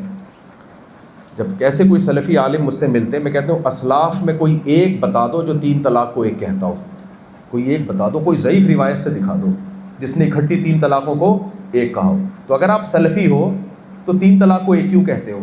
اسلاف میں تو کوئی نہیں ملتا، نہ صحابہ میں تابعین میں، نہ صحابہ میں نہ تابعین میں۔ اسلاف میں کوئی ایک دکھا دو جس نے 20 رکعت سے کم رکعت تراویح کا قول کیا ہو۔ آپ تو سارے 8 رکعت پڑھتے ہو، صحابہ تابعین میں کوئی نہیں ملے گا جس نے 8 یا 12 رکعت تراویح کا قول کیا ہو۔ تو میں نے کہا یہ کیسے؟ اسلاف میں کوئی ایک دکھا دو جنہوں نے یہ فتویٰ دیا ہو کہ عورتیں مردوں کی طرح نماز پڑھیں گی۔ سوائے امام بخاری نے صرف ایک روایت نقل کی ہے تابعیہ سے کہ وہ مردوں کی طرح نماز پڑھتی تھی، اس کا مطلب باقی ساری کس طرح پڑھتی تھیں؟ عورتوں کی طرح۔ تبھی تو امام بخاری نے ایک کو ہائی لائٹ کیا۔ تو اسلاف میں تو ساری عورتیں عورتوں کی طرح نماز پڑھ رہی ہیں، کوئی بھی مردوں کی طرح نہیں پڑھ رہی۔ تو میرے بھائی نام تو کچھ بھی لگا لو، سلف کہہ دو، اپنے آپ کو سلفی کہہ دو، اہل حدیث کہہ دو، اہل قرآن۔ ہمارے یہاں ایک فرقہ ہے منکرین حدیث، حدیث کے منکر ہیں، نام رکھا ہوا ہے اہل قرآن۔ کتنا اچھا نام ہے۔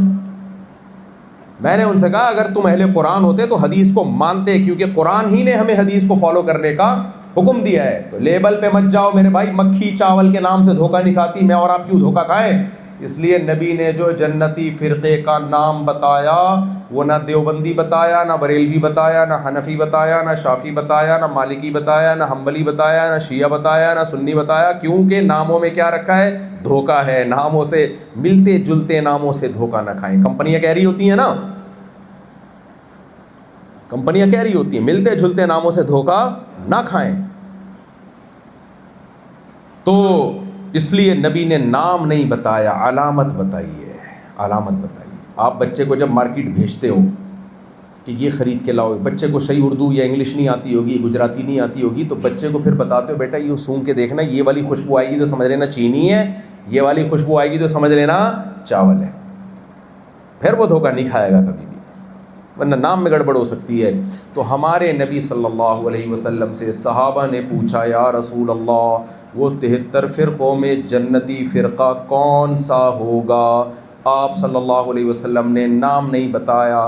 نمبر 2، آپ پھر علامات بتا سکتے تھے، تو علامت میں یہ بھی بتا سکتے تھے کہ جو قرآن کو فالو کرے گا، بتا سکتے تھے کہ نہیں بتا سکتے تھے؟ لیکن کنفیوژن کم ہونے کے بجائے بڑھ جاتی، کیونکہ ہر فرقے کا دعویٰ ہے کہ میں کس کو مانتا ہوں؟ قرآن کو۔ نہیں آ رہی کھوپڑی پر سے، نہیں سوری سمجھ میں بات نہیں آ رہی، پڑھے لکھے لوگ نا، کھوپڑی کہنا مناسب نہیں ہے نا۔ اگر آپ صلی اللہ علیہ وسلم کہتے کہ قرآن کو مانتا ہوں، تو سب لوگ کس کو؟ ہر فرقے کا دعویٰ کیا ہے؟ میں مانتا ہوں قرآن کو۔ اس سے کنفیوژن ختم نہیں ہوتی، بڑھ جاتی ہے۔ قرآن کو تو ماننا ہے، لیکن وہ تو ہر فرقہ کہہ رہا ہے میں قرآن کو مانتا ہوں۔ اگر آپ صلی اللہ علیہ وسلم فرماتے کہ وہ فرقہ ہے جو حدیث کو مانتا ہو، بہت سارے فرقے ایسے ہیں جو ریفرنسز کہاں سے دے رہے ہوتے ہیں؟ بولو، حدیثوں سے دے رہے ہوتے ہیں۔ اس لیے آپ صلی اللہ علیہ وسلم نے فرمایا ما انا علیہ و اصحابی، جس پر میں اور میرے صحابہ۔ کیا مطلب؟ قرآن کی وہ تشریح مانی جائے گی جو میں نے کی ہے۔ غامدی صاحب کہتے ہیں حدیثیں تاریخ کی کتابیں ہیں۔ کیا ہیں؟ ہسٹری کی کتابیں ہیں۔ ان کی حیثیت صرف ایک تاریخی حیثیت ہے۔ ایک منکر حدیث تھا، بڑا لمبا میرا آڈیو مناظرہ پڑا ہوا ہے اس سے انٹرنیٹ پہ، مجھے کہنے لگا کہ بخاری میں تو یوں ہے، بخاری تو ایسی ہے، بخاری تو قابل اعتماد نہیں ہے، ہم صرف قرآن کو مانتے ہیں۔ میں نے کہا قرآن تو کہتا ہے کہ اللہ تعالیٰ نے پیغمبر کو بھیجا یعلمہم الکتاب والحکمہ، پیغمبر کا کام ہے قرآن سکھانا۔ پیغمبر کا کام کیا ہے؟ قرآن سکھانا۔ تو جو اگر یہ بخاری اور مسلم اور یہ ساری حدیث کی کتابیں بالفرض غلط ہیں، تو جو پیغمبر نے سکھایا وہ کہاں ہے پھر؟ قرآن سکھائے گا کون؟ بولو نا، پیغمبر۔ میں نے کہا کوئی پھر کیسٹ کی شکل میں ہو، یا بخاری کو میں ہٹا دیتا ہوں، کوئی دوسری کتاب دکھاؤ، کیونکہ قرآن کہہ رہا ہے کہ نبی قرآن سکھائیں گے۔ تو وہ کہنے لگا یہ جو نبی قرآن دے کر گئے یہی تو سکھایا ہے۔ میں نے کہا اچھا، قرآن ایک اور جگہ کہتا ہے لِتُبَيِّنَ لِلنَّاسِ مَا نُزِّلَ إِلَيْهِمْ، اے نبی ہم نے آپ پہ قرآن نازل کیا تاکہ آپ اس قرآن کو ایکسپلین کریں۔ لِتُبَيِّن، تبیین کسے کہتے ہیں؟ بیان کرنا۔ ایکسپلین کرنا کس کی ذمہ داری ہے؟ بولو نا، پیغمبر کی۔ میں نے کہا نبی کی ایکسپلینیشن کہاں ہے؟ اگر یہ غلط ہے حدیث کی کتابیں، تو صحیح کتابیں کون سی ہیں پھر وہ بتاؤ۔ اور اگر حدیث سرے سے ہے ہی نہیں، تو پھر وہ قرآن کی جو ایکسپلینیشن نبی نے کی ہے، جو قرآن کہہ رہے ہیں نبی کے ذمے ہے، وہ ایکسپلینیشن کہاں ہے؟ اس نے کہا وہ ایکسپلینیشن یہ قرآن ہی ہے۔ ابے میں نے کہا ایکسپلینیشن ہمیشہ متن سے ہٹ کے الگ چیز ہوتی ہے۔ دیکھو آپ نے اسکول میں پڑھا نہیں ہوگا، یعنی ہم تو کراچی کے حساب سے بات کرتے ہیں نا بھائی۔ کراچی میں جب مجھے کوئی بندہ کہتا ہے میں انٹر میں پڑھتا ہوں، تو میں بولتا ہوں جھوٹ نہیں بولا کرو، آپ یہ بولو میں انٹر میں نہیں پڑھتا ہوں۔ آپ لوگ کو سمجھ میں نہیں آئے گی، یہ باتیں آپ کے لیول سے اوپر کی ہیں۔ دیکھو پاکستان میں کراچی میں جب کوئی شخص میٹرک میں بچہ پڑھتا ہے تو وہ نہیں پڑھتا ہے، نہیں سمجھ آ رہی ہے بات؟ جاتا ہے، پڑھتا تھوڑی ہے۔ تو اس لیے جب مجھے کراچی کا کوئی بندہ کہتا ہے کہ مفتی صاحب میں کالج میں پڑھتا ہوں، تو میں کہتا ہوں جھوٹ مت بولو، آپ یہ بولا کرو میں کالج میں نہیں پڑھتا ہوں، میں 8ویں میں نہیں پڑھتا ہوں، بس یہ اگر یہ بولا نا میں 8ویں پڑھتا ہوں، یہ جھوٹ ہو جائے گا۔ تو اس لیے میں کراچی کا کوئی بندہ ہو تو پھر میں اس کو کہتا ہوں آپ نے 9th میں نیوٹن کا قانون نہیں پڑھا ہوگا نا, جس میں یہ ہے, مثال کے طور پر آپ کے ٹیچر نے آپ کو نیوٹن کا لا بتایا. لا کا ایک متن ہوتا ہے, متن ہوتا ہے کہ نہیں ہوتا؟ مثال کے طور پر نیوٹن کا ایک قانون ہے کہ جو چیز متحرک ہے یعنی چل رہی ہے وہ ہمیشہ چلتی رہے گی جب تک کہ اسے روکنے والی کوئی فورس نہ ہو. یہ لا ہے نا. اب یہ لا آپ نے بچوں کو بتا دیا. بچے کہتے ہیں سر یہ لا تو ٹھیک ہے, یہ تو اوپر سے چلا آ رہا ہے انگلش میں اردو میں, اب آپ کائنڈلی اس کو ایکسپلین کریں. تو ایکسپلینیشن اس ٹیچر کے اپنے الفاظ میں ہوگی کہ نہیں ہوگی؟ ٹیچر نے وہی پڑھ کے دوبارہ سنا دیا. دیکھو بیٹا میں آپ کو ایکسپلین کرتا ہوں کہ جو چیز چل رہی ہے ہمیشہ چلتی رہے گی جب تک روکنے والی کوئی چیز نہ ہو. سر یہ قانون تو پتہ چل گیا, کائنڈلی اس کو ایکسپلین کریں. آپ کہتے ہیں دیکھو بیٹا جو چیز چل رہی ہے وہ ہمیشہ, آپ وہی بابا دہرا رہے ہو. ابے ایکسپلینیشن کہاں سے ہوگی؟ سر یہ تو ہم نے سن لیا نا. ایکسپلینیشن ہمیشہ اپنے الفاظ میں ہوتی ہے ٹیچر کے. وہ بتائے گا دیکھو بیٹا, مثال کے طور پر اب وہ اپنے الفاظ لائے گا قانون سے ہٹ کے. دیکھو بیٹا ایک چیز ہے چل رہی ہے, سائیکل ہے چل رہی ہے, رگڑ لگنے سے رکتی ہے. گیند آپ پھینکتے ہو تو گریوٹی کی وجہ سے وہ رکتی ہے. چماٹا آپ کسی کو مارتے ہو تو آگے منہ آ جاتا ہے, ورنہ اگر نہ آتا تو گھومتے رہتے نا. آپ کیا خیال ہے قیامت تک؟ وہ تو آگے بندے کا منہ آ گیا جس کی وجہ سے چماٹا رک گیا آپ کا. تو جب تک سامنے روکنے والی کوئی فورس نہ ہو چیز ہمیشہ چلتی رہے گی, چاہے وہ گریوٹی ہو, چاہے وہ جمشید صاحب کا چہرہ انور ہو, کوئی بھی ہو. سسرال ہو, بعض دفعہ آدمی چلتا ہوا جا رہا ہوتا ہے, سسر آ رہا ہے, سال آ رہا ہے, ایک دم راستہ چینج, ایک دم فورس لاشعوری استعمال ہوتی ہے جو آپ کو گھما دیتی ہے. بہت ساری چیزیں روکنے والی.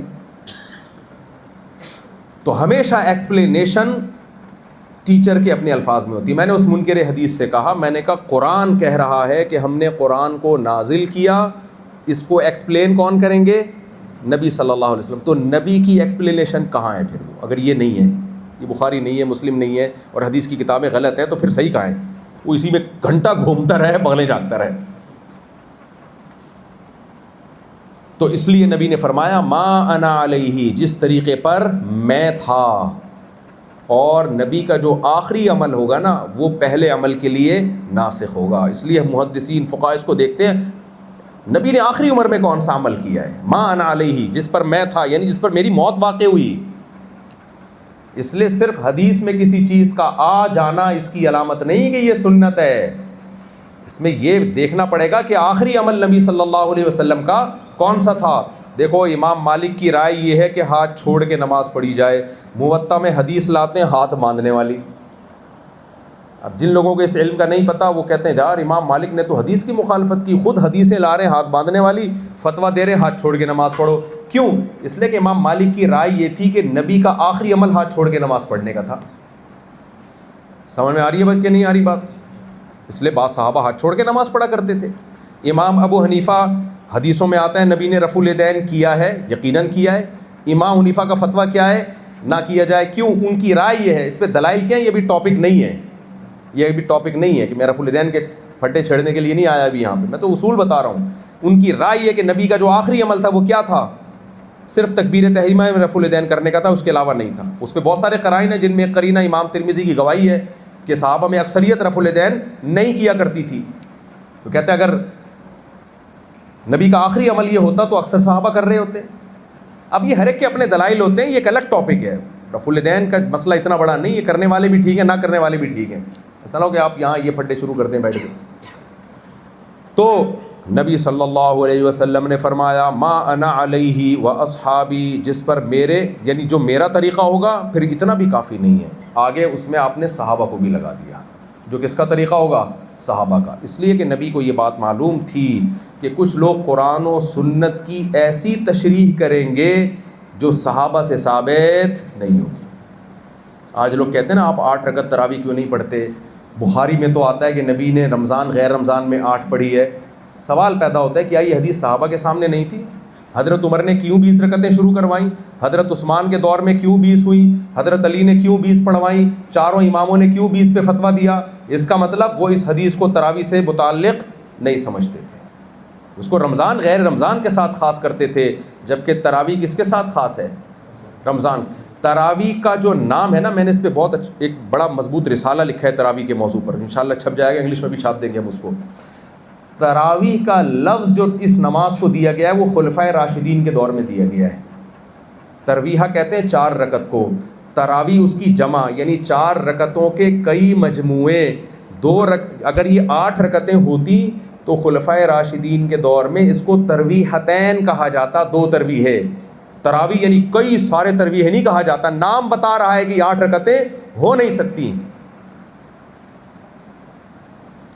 لوگ کہتے ہیں کہ لو بھائی تم لوگ اندھے مقلد ہو، تقلید کر رہے ہو امام حنیفہ کی. بھائی ہم یہ کہہ رہے ہیں کہ قرآن و سنت کا ایک مطلب ان چاروں اماموں نے سمجھا ہے اور ایک مطلب آج کے اسکالر سمجھ رہے ہیں. تو قرآن و سنت آج کے لوگ زیادہ اچھا سمجھیں گے، یہ اسکالر اچھا سمجھیں گے جن کو پوری امت نے فالو کیا ہے.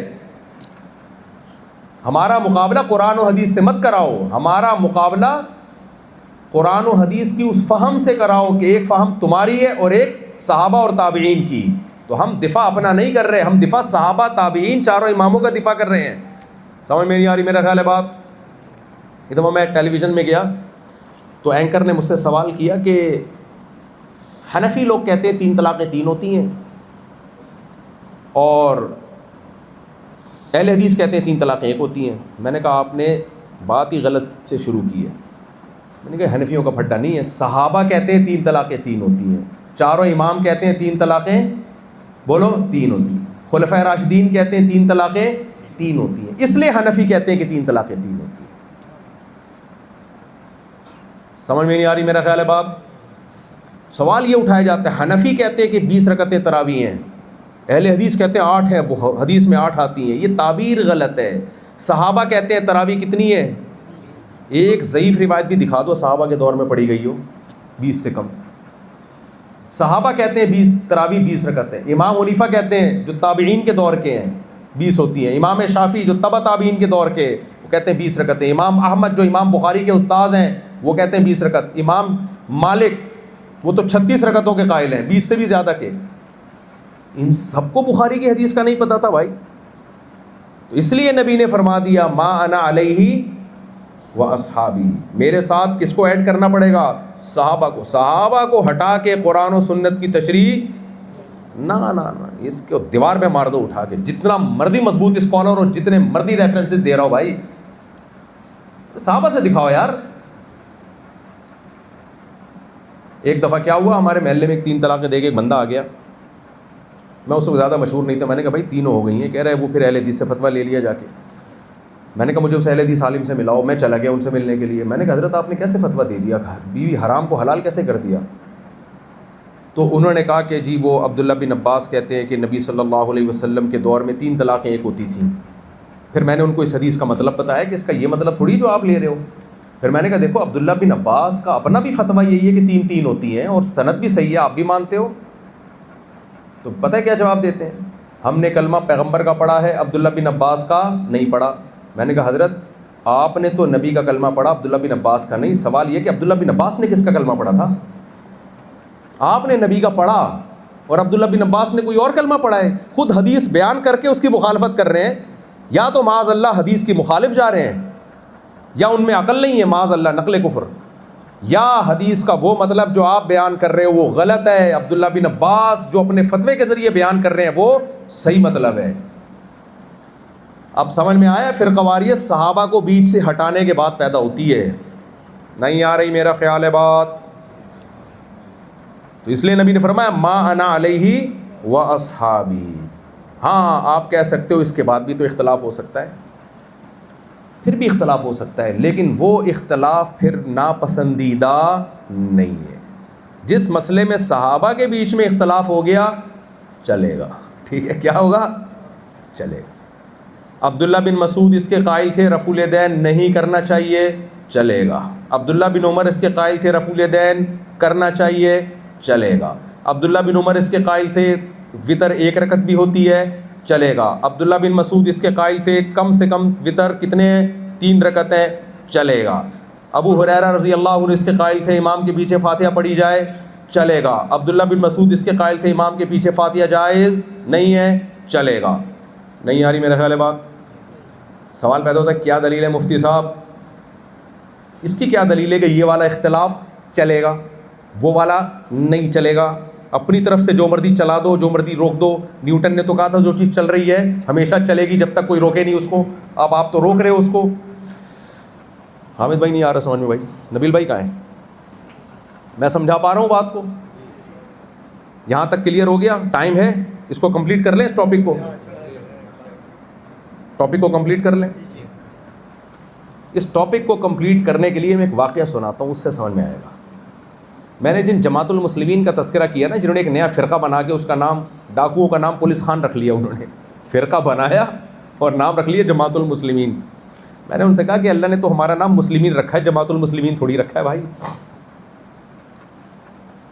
وہ کہنے لگے پھر آپ لوگ حنفی شافی کیوں نام رکھتے ہو؟ میں نے کہا میرے بھائی اللہ نے ہمارا نام مسلم غیر مسلم کے مقابلے میں رکھا ہے، اپنے ہی آپس کے مسلمانوں کے مقابلے میں نہیں رکھا ہے. اگر کوئی امام شافی کو فالو کر رہا ہے اور اس لیے اپنے آپ کو شافی کہتا ہے، اور ایک ابو حنیفہ کو فالو کر رہا ہے اس لیے اپنے آپ کو حنفی کہتا ہے، تو اگر وہ کسی شافی سے ملے گا، شافی کہے گا تم کیا ہو؟ حنفی کہے میں مسلم ہوں. وہ کہے گا میں کیا ہندو نظر آ رہا ہوں تمہیں؟ تو منہ چڑھانے والی بات ہو گئی نا. میں کوئی عیسائی ہوں؟ بھائی ایک ملک کے اندر جب رہتے ہیں، پنجابی سندھی سے ملے، مہاجر سے ملے، ہاں بھائی تو کون ہے؟ میں پاکستانی. وہ کہے گا میں کیا پنجابی پاکستانی نہیں ہوتے کیا؟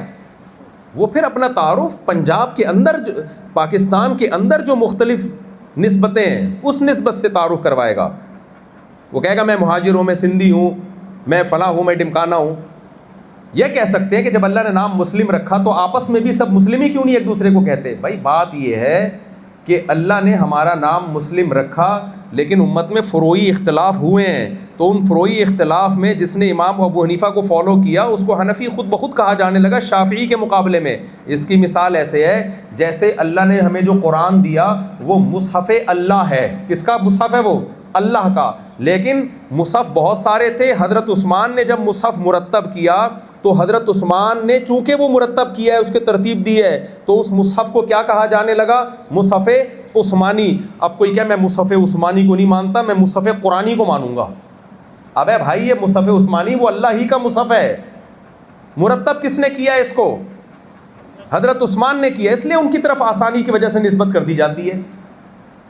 آپ کو میں بخاری کی حدیثوں کے نہیں مانوں گا. امام بخاری کون ہوتے ہیں؟ میں نبی کی حدیثوں کو مانوں گا. ابے تو امام بخاری نے کیا عیسیٰ علیہ السلام کی حدیثیں نقل کی ہیں؟ بھائی چونکہ ان حدیثوں کو امام بخاری نے اپنی کتاب میں مرتب کیا تو اس کتاب میں لکھی ہوئی حدیثوں کو کیا کہا جانے لگا؟ بخاری کی حدیث. ہیں وہ کس کی حدیثیں؟ وہ نبی کی حدیثیں. ترتیب امام بخاری نے دی. جن حدیثوں کو امام ترمذی نے ترتیب دی ان حدیثوں کو کیا کہا جانے لگا؟ ترمذی کی. اب کوئی کہے کہ نبی کے دور میں تو نہ کوئی بخاری کی حدیث تھی نہ کوئی ترمذی کی حدیث تھی. بھائی نبی کے دور میں ترتیب ہی نہیں تھی. نبی کے دور میں تو مصحف عثمانی بھی نہیں تھا کیونکہ ترتیب ہی نہیں تھی. سوال پیدا ہوتا ہے جب ترتیب نہیں تھی پھر ترتیب دی کیوں؟ جواب یہ ہے کہ اس وقت ترتیب کی ضرورت نہیں تھی، نہیں دی ترتیب. جب ضرورت تھی تو ترتیب دے دی تاکہ امت میں اختلاف پیدا نہ ہو. اسی طرح یاد رکھو صحابہ کے دور میں کوئی حنفی شافی مالکی حنبلی نہیں تھا کیونکہ اسلامی قانون کو مرتب شکل میں لکھا نہیں گیا تھا، کیونکہ لکھنے کی ضرورت تھی نہیں. جس پہ اعتماد ہوتا، جس مفتی پہ، وہ اس سے مسئلہ پوچھ کے عمل کرتا. لیکن جب امت میں خلافتیں پھیلی ہیں، آپ کو پتہ ہے کوئی کنٹری ریٹن قانون کے بغیر نہیں چلتا. ایسا نہیں ہوتا کہ جج کو جا کے آپ بتا دو یہ والی سزا پہ یہ جرم ہے، یہ سزا پہ یہ جرم پہ یہ سزا، یہ جرم پہ یہ سزا. وہ کہا بھائی کو لکھ کے لے کر آؤ، قانون ایسے تھوڑی چلے گا. تو ریٹن فارم میں جب اسلام آیا ہے تو مجتہدین نے کام کیا، بہت سارے مسائل میں اتفاق ہو گیا، کچھ مسائل میں اختلاف ہو گیا. تو جس ملک میں جو فقہ رائج ہوا، جس نے اس فقہ کو لکھا مرتب کیا، اس فقہ کی نسبت اس کی طرف ہو گئی. جس نے حدیث کی جو کتابیں لکھی، حدیث کی نسبت ان کتابوں کی طرف ہو گئی. فقہ جب لکھا گیا تو فقہ کی نسبت اس امام کی طرف ہو گئی. سمجھ میں آ رہی بات کہ نہیں آ رہی؟ امام حنیفہ نے جو فقہ ان کے شاگردوں نے لکھا، امام حنیفہ نے خود نہیں کوئی کتاب لکھی، ان کے شاگردوں نے لکھی. امام حنیفہ کون تھے؟ عبداللہ بن مسعود کوفہ گئے. کس نے بھیجا ان کو؟ حضرت عمر نے. کس نے بھیجا بھائی؟ کیوں بھیجا؟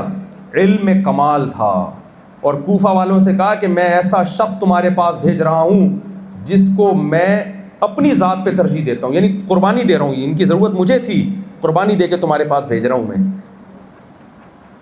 علم کمال رسوخ. عبداللہ بن مسعود نے کوفہ میں لوگوں کو مسائل بھی بتائے, حلال حرام کے فتوے بھی دیے اور شاگرد بھی تیار کیے, جن میں آپ کے دو مشہور ترین شاگرد ہیں, حضرت علقمہ اور حضرت اسود. بخاری مسلم کے راویوں میں سے ہیں حضرت علقمہ اور اسود. حضرت علقمہ اور اسود کے سینکڑوں شاگردوں میں سب سے زیادہ کمال جن شاگرد کو ملا ہے, جو آپ کے جانشین بنے, ان کا نام تھا حماد الکوفی. اب تک بھی فقہ مرتب نہیں ہوا, زبانی چلتا تھا فتویٰ, لوگ آتے تھے دنیا بھر سے, لوگ مسائل پوچھتے تھے, آپ جواب دیتے تھے. اب تک بھی ریٹن فارم میں بولو نہیں آیا, نہ حدیث آ رہی ہے نہ فقہ آ رہا ہے. حماد الکوفی رحمہ اللہ جو بخاری مسلم کے راویوں میں سے ہیں, جب آپ کے سینکڑوں شاگرد, لیکن آپ کے شاگردوں میں حماد الکوفی نہیں, علقمہ اور اسود کے شاگرد ابراہیم نخعی, سینکڑوں شاگردوں میں جو کمال ابراہیم نخعی کو حاصل ہوا وہ گدی نشین بنے اپنے استاذ کے, اور ابراہیم نخعی کے سینکڑوں شاگردوں میں جو گدی نشین بنے ہیں, جو آپ کی جنہوں نے جگہ سنبھالی, وہ حماد الکوفی. اور حماد الکوفی رحمہ اللہ کے سینکڑوں شاگردوں میں آپ کے نائب کون بنے؟ امام ابو حنیفہ. سمجھ میں نہیں آ رہی میرا خیال ہے بات؟ امام حنیفہ نے ایک شورا بنائی, فقہ کو لکھا جاتا, مرتب کیا جاتا. امام محمد اور امام ابو یوسف آپ کے شاگرد, انہوں نے سوچا کہ اب اس اسلامی قانون کو ریٹن فارم میں لانا چاہیے. نہیں آئی سمجھ میں؟ کس میں آنا چاہیے؟ ریٹن فارم, کیونکہ امت گمراہی نہ پھیلے نا, ورنہ ہر آدمی مجتہد بن کے کرتا رہے گا کچھ. اس وقت پھر جو کتابیں لکھی گئی, آج تک وہ کتابیں موجود ہیں جو ہمارے مدارس میں پڑھائی جاتی ہیں. وہ پوری دنیا میں وہ فقہ پھیلا ہے, خلافتیں چلی ہیں اس پہ, آج بھی چل رہا ہے وہ فقہ, مدارس میں پڑھایا جاتا ہے وہ فقہ. لوگ کہتے ہیں ہم ابو حنیفہ کو نہیں مانتے, ہم قرآن و حدیث کو مانتے ہیں. اس کا مطلب امام حنیفہ نے جو فقہ مرتب کروایا وہ تورات و انجیل سے کروایا ہے بھائی, وہ قرآن و حدیث سے نہیں کروایا. وہ بھائی جان وہ دور تو دیکھو, تابعین زندہ ہیں, اس دور میں لکھا جا رہا ہے. وہ نمازیں پڑھتے ہوئے دیکھ رہے ہیں ایک دوسرے کو کیسے پڑھی ہے نماز. پھر امام حنیفہ کے شاگرد ہیں امام محمد, ان کے شاگرد ہیں امام شافعی, یہ مصر میں تھے. امام حنیفہ کوفہ میں تھے جو اسلام کا مرکز تھا. حدیث بھی کہاں سے پھیلی؟ کوفہ سے. قرآن بھی کہاں سے پھیلا؟ کوفہ سے. فقہ بھی کہاں سے پھیلا؟ کوفہ سے. اسلامی مرکز تھا نا, کیونکہ حضرت علی نے اس کو دارالخلافہ بنایا تھا. حضرت امام شافعی کہاں تھے؟ مصر میں. امام شافعی علم حاصل کرنے کے لیے امام ابو حنیفہ کے شاگرد امام محمد کے پاس آئے, وہاں سے آپ نے علم حاصل کیا. اور امام شافعی نے امام محمد کی اتنی تعریف کی ہے, بعض علماء نے لکھا ہے کہ امام شافعی نے کسی کی اتنی تعریف نہیں کی جتنی امام محمد کی تعریف کی ہے, اور کہا کہ اگر ابو حنیفہ کے شاگرد محمد ابن حسن نہ ہوتے کنت کسائر الناس, میں امام شافعی نہ بنتا, میں نے وہاں سے اتنا علم حاصل کیا ہے. آج ان سارے مجتہدین کو آج کے اسکالر دو لفظوں میں اڑا دیتے ہیں کہ ہم کسی کی نہیں مانتے. ہم کس کو مانتے ہیں؟ قرآن و حدیث کو. میں نے بتایا لیبل اچھا ہے, لیکن اس لیبل کے پیچھے جو نعرہ ہے, جو پیغام ہے, بہت خطرناک ہے. اس کا مطلب یہ سارے فارغ تھے, علم آپ پہ اترا ہے 1400 سال کے بعد. امام شافعی نے بہت سارے مسائل میں اتفاق کیا فقہ حنفی سے, لیکن کچھ مسائل میں ان کا اختلاف ہوا. امام شافعی نے کتاب الام کے نام سے کتاب لکھی, آج تک وہ کتاب محفوظ ہے, اور وہ فقہ شافعی کی بنیاد بنی. پھر امام ابو حنیفہ ہی کے دور کے تھے امام مالک, وہ مدینہ میں تھے, انہوں نے بھی موطا لکھی. پھر آگے ان کے شاگرد, انہوں نے اسلامی قانون کو مرتب کیا. ان کا فقہ کہاں زیادہ پھیلا؟ افریقہ میں. فقہ حنفی کہاں زیادہ پھیلا؟ جہاں جہاں اسلام گیا ہے, چونکہ حنفی خلافت زیادہ تر احناف کے پاس رہی ہے, تو جہاں جہاں گئے وہاں وہاں فقہ حنفی پھیلتا چلا گیا. افغانستان, پاکستان, برما, ہندوستان, پورا ہندوستان, اور آذربائیجان, ازبکستان, بہت سارے علاقوں میں پھیل گیا. خلافت عثمانیہ اس پہ قائم ہوئی. ہندوستان پورا 800 سال تک. امام شافعی کا فقہ مصر میں, ملیشیا میں, انڈونیشیا میں. امام مالک کا فقہ افریقہ میں, اور امام احمد کا فقہ صرف تھوڑے سے علاقے میں جس کو سعودی عرب کہا جاتا ہے. آج بھی دنیا میں سب سے چھوٹا فقہ کون سا ہے؟ فقہ حنبلی, جو سعودی عرب میں ہے, اور چند بعض ریاستوں میں, وہ بھی ٹھیک ہے, غلط نہیں ہے. پوری امت کے علماء نے فتویٰ دیا کہ اب یہ 4 فقہ مرتب ہو چکے ہیں, پوری امت اس پہ آ گئی ہے, کائنڈلی پانچواں بنانے کی کوشش بولو نہ کریں. کائنڈلی، اس زمانے میں کائنڈلی کا لفظ ایجاد نہیں ہوا تھا، جو بھی انہوں نے الفاظ استعمال. کائنڈلی پانچواں بھی فقہ تھا اسحاق راہوے، لیکن وہ چلا نہیں زیادہ، اس میں زیادہ جان نہیں تھی یا مدلل نہیں تھا، چلے یہ چار ہی. امام احمد امام بخاری کے استاد ہیں. اس وقت سے 1200 سال گزر گئے، پوری امت ان چار میں سے کسی ایک کو فالو کر رہی ہے، اور امت کے علماء صالحہ نے فتویٰ دیا اب ان چار میں سے کسی ایک کو فالو کرو. فالو ایک کو کرنا ہے، دو تین کو نہیں کر سکتے ایک ٹائم پہ، اس کے کیا نقصانات ہیں وہ میں ٹاپک لمبا ہو جائے گا. پھر ایک کو فالو کرو، باقیوں کو کیا سمجھو؟ درست. کیوں درست سمجھو؟ اس لیے کہ حدیث کی تشریح میں جب اختلاف ہو جائے اور وہ صحابہ سے ثابت ہو تو پھر دونوں برحق ہیں. کیوں؟ وہ میں واقعہ سنا رہا تھا نا جماعت المسلمین والا، اس نے ایک جماعت المسلمین والا بیٹھا ہوا مجھے سمجھا رہا ہے، لڑکوں کو لے کے چلے گئے، پوری اس نے گروپ تیار کیا ہوا تھا، اتنی بڑی بڑی داڑیاں، ایسے زبردست چہرے، آدمی کہتا ہے سارا نور انہی اکیلوں پہ اتر رہا ہے. تقریر کی، اتبعوا ما انزل الیکم من ربکم، قرآن کہہ رہا ہے جو خدا نے نازل کیا ہے نا آسمان سے اس کو فالو کرو. قرآن یہ نہیں کہہ رہا ابو حنیفہ کو مانو یا امام شافعی کو مانو، کس کو ماننا ہے؟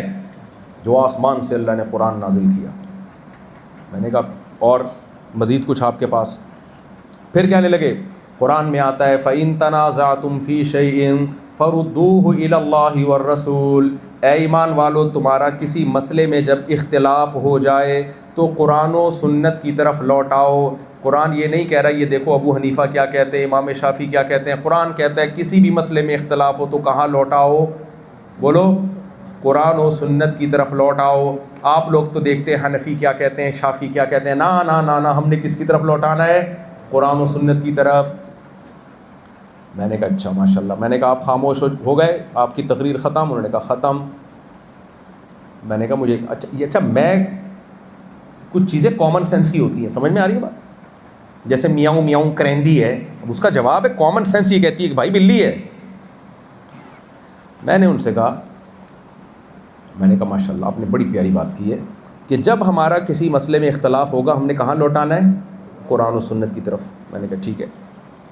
میں نے کہا ہم نے قرآن و سنت کی طرف اور لوٹا دیا، پھر بھی اگر اختلاف حل نہ ہوا پھر کیا کریں گے؟ نہیں آئی سمجھ میں؟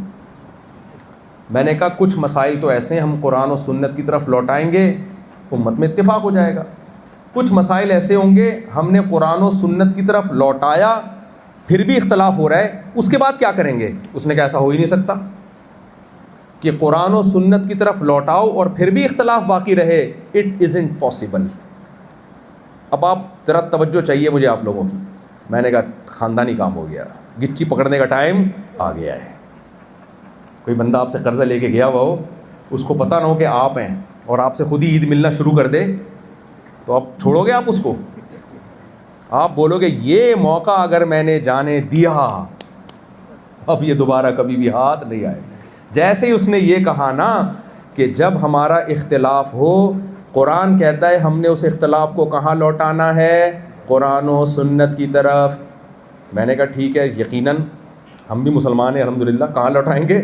قرآن و لیکن میں نے کہا اگر قرآن و سنت کی طرف لوٹانے کے بعد بھی اختلاف رہ گیا پھر کیا کریں گے؟ کہہ رہے اختلاف رہے گا ہی نہیں. میں نے کہا اب میرا اور آپ کا اختلاف، میرا دعویٰ یہ ہے کہ بعض مسائل ایسے ہیں قرآن و سنت کی طرف لوٹانے کے بعد بھی اختلاف رہے گا. آپ کہتے ہو قرآن و سنت کی طرف لوٹانے کے بعد اختلاف نہیں رہے گا. ہم دونوں کا یہ اختلاف ہے، آؤ اس اختلاف کو ہم قرآن و سنت کی طرف لوٹاتے ہیں.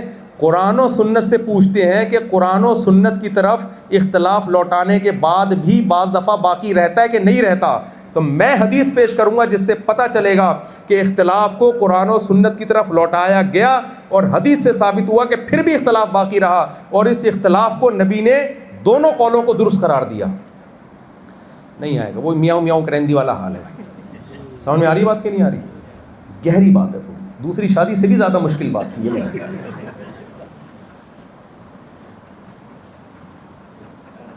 دوسری شادی آسان ہے، اس بات کو سمجھنا مشکل. میں نے کہا آپ کہہ رہے ہو قرآن و سنت کی طرف لوٹا کے کے بعد اختلاف نہیں ہوگا. میں کہہ رہا ہوں اختلاف ہوگا، ہمارا اختلاف ہو گیا کہ نہیں ہو گیا؟ آپ کا دعویٰ اختلاف نہیں ہوگا، میرا دعویٰ اختلاف ہوگا. اب اس اختلاف کو ہم نے کہاں لوٹانا ہے؟ حدیث کی طرف. حدیث سے پوچھتے ہیں کہ ہوگا کہ نہیں ہوگا، حدیث کہتی ہے پھر بھی ہوگا. پھر میں نے حدیث پیش کی بخاری مسلم کی. نبی صلی اللہ علیہ وسلم نے صحابہ کی ایک جماعت کو بنو قریظہ کی طرف بھیجا اور فرمایا جب تک بنو قریظہ نہ پہنچ جاؤ کوئی بھی عصر کی نماز نہ پڑھے. سمجھ میں آ رہی ہے بات کہ نہیں آ رہی؟ صحابہ کرام نکلے سفر پہ، عصر کی نماز قضا ہونے لگی. اب صحابہ کرام میں اختلاف پیدا ہو گیا، کیونکہ ان کے خیال نہیں تھا کہ ہم نماز قضا ہو جائے گی، ان کا خیال تھا ہم پہنچ جائیں گے. جیسے ہم کسی کو مشورہ دے رہے ہوتے ہیں، بھائی نماز جو ہے نا مقام پہ پہنچ کے پڑھنا، راستے میں نہیں پڑھنا، خطرہ ہے نا، جنگی حالات تھے. ہم کہتے ہیں نا بھائی وہاں پہنچ کے پڑھنا. اب راستے میں اگر قضا ہونا شروع ہو جائے تو اگر ابا نے کہا ہو کہ وہاں پہنچ کے پڑھنا، راستے میں قضا ہوگی، آپ بولو گے یار ابا کا خیال تھا کہ قضا نہیں ہوگی تو اب تو پڑھنی پڑے گی. لیکن حکم یہاں نبی کا ہے، نبی کا حکم ہے کہ وہاں پہنچے بغیر نہیں پڑھنا. اب صحابہ میں اختلاف پیدا ہو گیا. بعض حضرات نے کہا کہ دیکھو نبی کریم صلی اللہ علیہ وسلم عالم الغیب نہیں تھے، نہیں ہیں، آپ کو تھوڑی پتہ تھا کہ راستے میں نماز قضا ہو جائے گی. تو آپ نے جو حکم دیا کہ وہاں پہنچ کے پڑھو، یہ اس لیے کہ ہماری حفاظت ہوگی، لیکن نماز ضائع تھوڑی کر سکتے ہیں. قرآن کہہ رہے حافظوا علی الصلوات والصلاۃ الوسطیٰ، نمازوں کی حفاظت کرو، خصوصاً عصر کی نماز کی. ہم کیسے قضا کر سکتے ہیں؟ تو ہمارا مقصد نبی کی مخالفت نہیں ہے، بلکہ نبی کی منشا سمجھنا ہے. نبی کا مطلب، نبی کے الفاظ تو یہی ہے کہ وہاں پہنچے بغیر نہیں پڑھنا، لیکن مطلب یہ نہیں ہے جو آپ بیان کر رہے ہو. صحابہ کی ایک جماعت کی یہ رائے تھی. دوسری جماعت نے کہا نہیں بھائی، جس قرآن نے یہ کہا ہے نا کہ عصر کی نماز کی حفاظت کرو، اسی قرآن نے کہا ہے کہ نبی کی اطاعت کرو. ہم قرآن ہی کو مان رہے ہیں، لیکن قرآن نبی، اور نبی نے ہمیں کہا ہے عصر کی نماز وہاں پہنچے بغیر نہیں پڑھنی.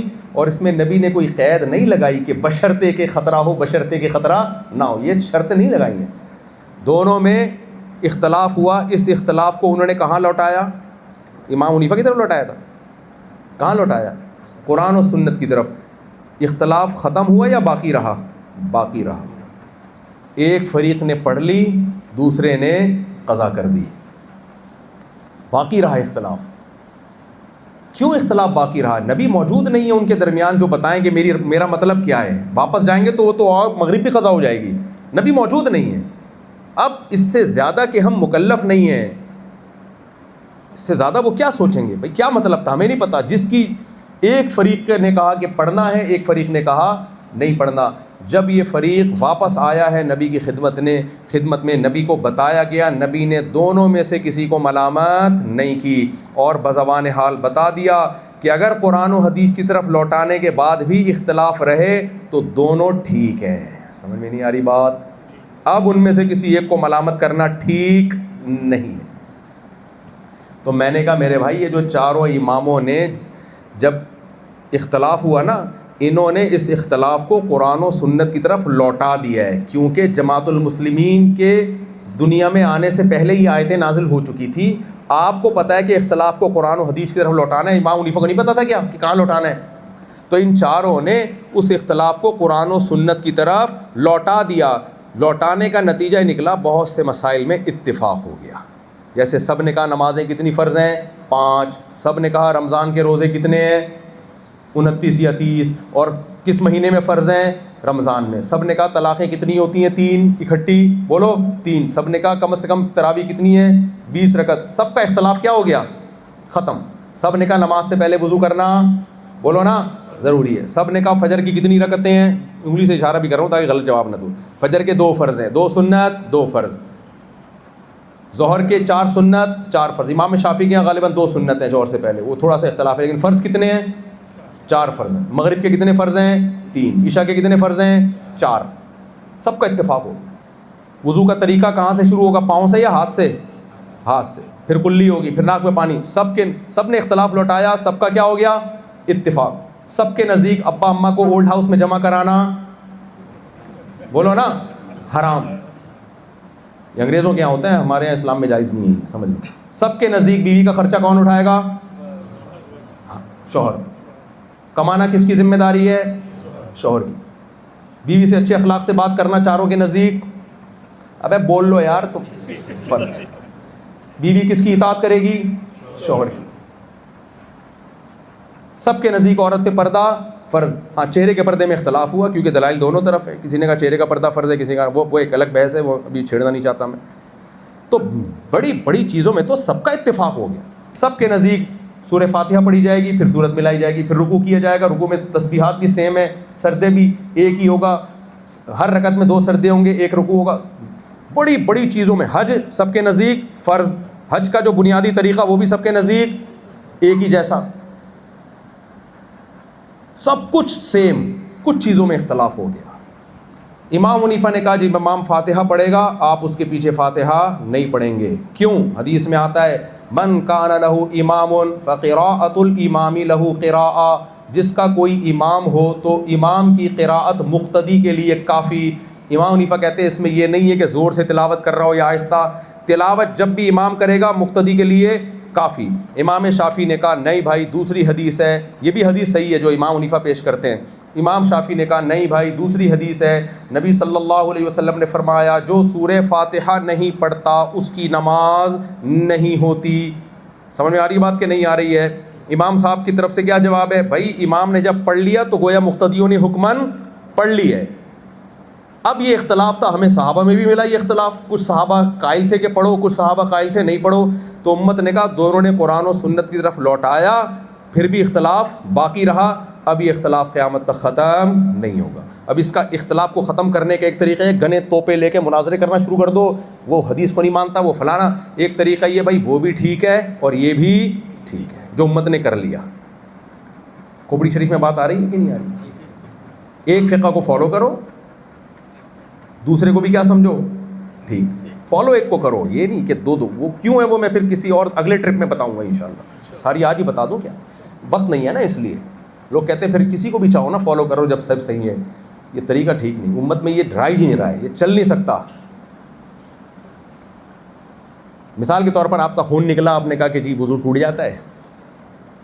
کسی نے کہا امام حنیفہ کا وضو ٹوٹ گیا، آپ نے کہا امام شافعی بھی مسلمان تھے نا، وہ بھی کیا تھے؟ وہ جہنم میں جائیں گے معاذ اللہ. بھائی وہ بھی جنتی ہیں تو میں امام شافعی کو فالو کر رہا ہوں. وضو خون نکل گیا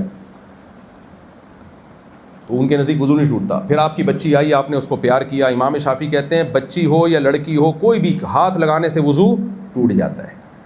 آپ نے کہا یار امام حنیفہ کا کو میں فالو کر رہا ہوں، ان کے نزدیک نہیں ٹوٹتا. تو یہ دین نہیں، یہ چونچوں کا مربع بن جائے گا، کچومڑا بن جائے گا. یہ تلفیق بھی ناجائز ہے، اور اس کے علاوہ بھی جو آج کل تو یہی چل رہا ہے مارکیٹ میں. تو اس لیے امت نے تجربے کے بعد ایک کہا بھائی فالو ایک کو کرنا ہے، برحق سب کو سمجھنا. کیونکہ جب قرآن و سنت کی طرف لوٹایا دونوں طرف دلائل ہیں تو اب یقینی فیصلہ نہیں ہو سکتا کسی کے بارے میں. سمجھ میں آ رہی ہے بات؟ تو نبی صلی اللہ علیہ وسلم کیا بات کر رہا تھا، وہ بات ہی میں بس سمیٹ رہا ہوں بات کو. میں آخری بات اینڈنگ پوائنٹ کیا چل رہا تھا؟ فرقہ واریت تو پورا ٹاپک لے کے آ رہے ہیں، فرقہ واریت تو بیان چل رہا ہے. نہیں وہ تو حضرت ہو گیا نا وہ. خیر، تو میں وہ صحابہ کی مثال دے رہا تھا نا، قرآن و سنت کی طرف لوٹایا، بہت سے مسائل میں اتفاق ہو گیا، بہت سے مسائل میں اختلاف. اب ان چاروں اماموں کا جن مسئلوں میں اتفاق ہو گیا نا، خدا را ان کو دوبارہ اٹھانے کی کوشش نہ کرو. آج ان کو جو امت میں ہو چکے ہیں فیصلے، اب ان کو دوبارہ سے اٹھایا جا رہا ہے. تراویح پر چاروں کا اتفاق ہو چکا ہے، کسی کے نزدیک بھی 20 رکعت سے کم تراویح نہیں ہے. کچھ لوگ کہتے ہیں امام ترمذی نے لکھا کہ امام احمد کہتے ہیں اس میں کوئی تعداد متعین نہیں ہے. اس کے جواب میں اپنی کتاب میں دے چکا ہوں. امام احمد کا یہ مطلب نہیں ہے. امام احمد جو کہتے ہیں نا کوئی مخصوص تعداد تراویح کی متعین نہیں ہے، وہ ان کا مطلب ہے کہ جو اسلاف سے تعداد منقول ہے. اور 3 قسم کی رکعتیں منقول ہیں، 20 رکعت، 36 رکعت اور 41 رکعت. تو ان تینوں میں سے کہہ رہے ہیں جس پہ چاہو عمل کر لو. اہل حدیث اس کا مطلب لیتے ہیں کہ کوئی سرے سے متعین ہی نہیں ہے، جتنی چاہو پڑھ لو. ایسا نہیں ہے. سمجھ میں نہیں آ رہی بات؟ اسی طرح امام شافعی اور لیکن امام احمد کا جو آخری قول ہے جس پہ فتویٰ ہے وہ 20 رکعتیں ہی ہیں. وہ کتنی ہیں؟ 20 رکعتیں. تبھی فقہ حنبلی کی سب کتابوں میں 20 رکعت لکھی ہوئی ہے. امام شافعی کا بھی قول پیش کیا جاتا ہے کہ امام شافعی کہتے ہیں کہ اگر قراءت زیادہ لمبی کرنی ہو تو رکعتیں کم کر دو، قراءت مختصر کرنی ہو تو رکعتیں بڑھا دو۔ تو اہل حدیث کہتے ہیں دیکھو امام شافعی بھی اس کے قائل ہیں جتنی چاہو پڑھو۔ نا نا نا نا حضرت، امام شافعی کی بات کا مطلب فقہ شافعی سے پوچھا جائے گا، ان کے شاگردوں سے پوچھا جائے گا۔ میں نے اپنی کتاب میں سارے ریفرنسز دیے ہوئے ہیں۔ امام شافعی بھی ان تین روایتوں میں کہہ رہے ہیں کہ 20 رکعت منقول ہے اسلاف سے، 36 منقول ہے، 41 منقول ہے۔ ان 20، 36 اور 41 میں اختیار دے رہے ہیں کہ اگر قراءت کم کرنی ہے تو 41 رکعتیں پڑھو، یعنی رکعتیں چھوٹی ہو جائیں گی، اور اگر رکعتیں بڑھانی ہے تو 20 رکعتیں پڑھو۔ سمجھ میں آ رہی ہے بات؟ یہ نہیں کہہ رہے کہ اللہ طلاق جتنی چاہے، لیکن یہ بھی امام شافعی کا قدیم قول ہے جس سے آپ نے رجوع کیا ہے۔ یہ سارے ریفرنسز میری کتاب میں موجود ہیں، اس کا گجراتی میں بھی ترجمہ کراؤ، سارے ریفرنسز موجود ہیں۔ تو امام شافعی نے بھی اس قول سے بھی رجوع کیا ہے۔ ہمارے اہل حدیث بھائیوں کو امام شافعی تک کے قول کا مطلب نہیں پتا ہوتا، حدیث کا مطلب کیا سمجھو گے بھائی تم؟ کسی فقیہ نے کوئی بات کی ہو نا، اس کا مطلب نہیں پتا چل رہا ہوتا۔ امام شافعی نے جو کہا نا کہ جتنی چاہو پڑھو، اس میں مطلب 20، 36 اور 41 میں سے جتنی چاہو پڑھ لو، کیونکہ 3 قول ملتے ہیں ہمیں اسلاف سے۔ لیکن امام شافعی کا جو آخری قول ہے جس پہ انہوں نے مزید تحقیق کے بعد جو فتویٰ دیا وہ کیا ہے؟ 20 رکعتیں۔ امام ابو حنیفہ سے پوچھا گیا آپ کے پاس 20 رکعت کے سنت ہونے کی کیا دلیل ہے؟ آپ وہ حدیث پیش کر سکتے تھے حضرت عائشہ کی جو اتنی مشہور ہے، نبی رمضان غیر رمضان میں 8 پڑھتے ہیں، نہیں پیش کی کیونکہ آپ جانتے تھے کہ وہ کس سے متعلق ہے، وہ تہجد سے متعلق ہے جو رمضان اور غیر رمضان میں ہے۔ اور سائل کا جو سوال تھا وہ تہجد کے بارے میں تھا، جو رات کے آخری حصے میں پڑھی جاتی ہے، رات کے اول حصے میں جو نماز پڑھی جاتی ہے اس کے بارے میں سائل نے سوال ہی نہیں کیا تھا۔ تو امام حنیفہ نے کیا فرمایا؟ کسی نے پوچھا کہ آپ 20 رکعت تراویح کو کیوں سنت کہتے ہو؟ فرمایا میں عمر بن خطاب کو بدعتی نہیں سمجھتا۔ کیوں؟ امام حنیفہ جانتے تھے کہ نبی نے فرمایا ما انا علیہ و اصحابی، یہ جو بار بار کہتے ہیں نا صرف قرآن حدیث کو مانتے ہیں، یہ نبی نے نہیں کہا۔ نبی نے کہا قرآن حدیث کے ساتھ کس کو ایڈ کرنا پڑے گا؟ صحابہ کو، اور صحابہ میں سب سے پہلے خلفائے راشدین کو، جن کے بارے میں خاص طور پہ کہا گیا علیکم بسنتی و سنت الخلفاء الراشدین، کہ میری اور خلفائے راشدین کی سنت کو لازم پکڑو۔ اب میں بیان کو سمیٹ رہا ہوں، سچی مچی کا سمیٹ رہا ہوں بیان کو، بس ختم کر رہا ہوں میں۔ اب آپ کو پتہ چل گیا فرقہ واریت کیسے ختم ہوگی۔ جس فقہ سے جڑے ہوئے ہو، چاہے وہ فقہ شافعی ہو، حنبلی ہو، مالکی ہو، حنفی ہو، اس سے جڑے رہو، اس سے ہٹنے کی کوشش بولو مت کرو۔ جب بھی کوئی آپ کو دائیں بائیں لے کے جاؤ، اس میں کوئی حرج نہیں، بولے بھائی میں فقہ حنفی کو فالو کرتا ہوں، باقیوں کو بھی ٹھیک سمجھتا ہوں۔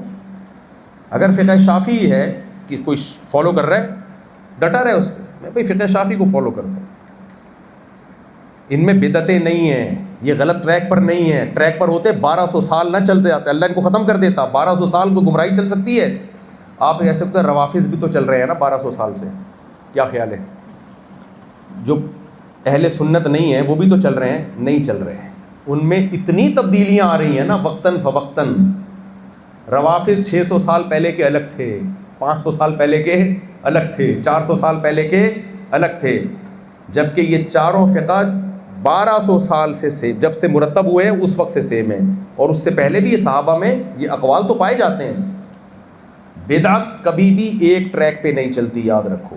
اہل سنت والجماعت کے برحق ہونے کی دلیل یہ کہ 1200 سال یعنی جب سے مرتب ہوئے ہیں، تو نبی کے دور سے ایک چلے آ رہے ہیں، لیکن میں مرتب ہونے کی وجہ سے بات کر رہا ہوں، 1200-1300 سال ایک ٹریک پر ہے، جبکہ بدعت جتنی بھی ہے کبھی بھی ایک ٹریک پر نہیں ہوگی۔ آپ جو ربیع الاول کے مہینے میں ہمارے یہاں بدعتیں ہوتی ہیں، 8 سے 10 سال پہلے کی الگ تھیں، 20 سال پہلے کی، 30 سال پہلے کیک کٹتا تھا، بولو نا کیا ہو گیا ہے بھائی، 40 سال پہلے کیک کٹتا تھا۔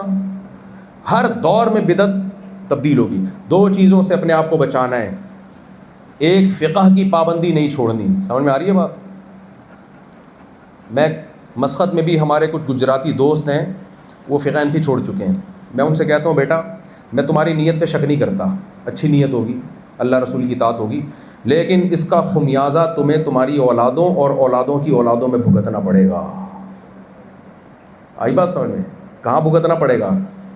تم تھوڑا سا ہٹے ہو، لیبل قرآن و سنتی ہے، تمہارے بچے تھوڑا سا اور ہٹیں گے، اور ان کے بچے وہ غامدیت پہ جا کے ختم ہوں گے۔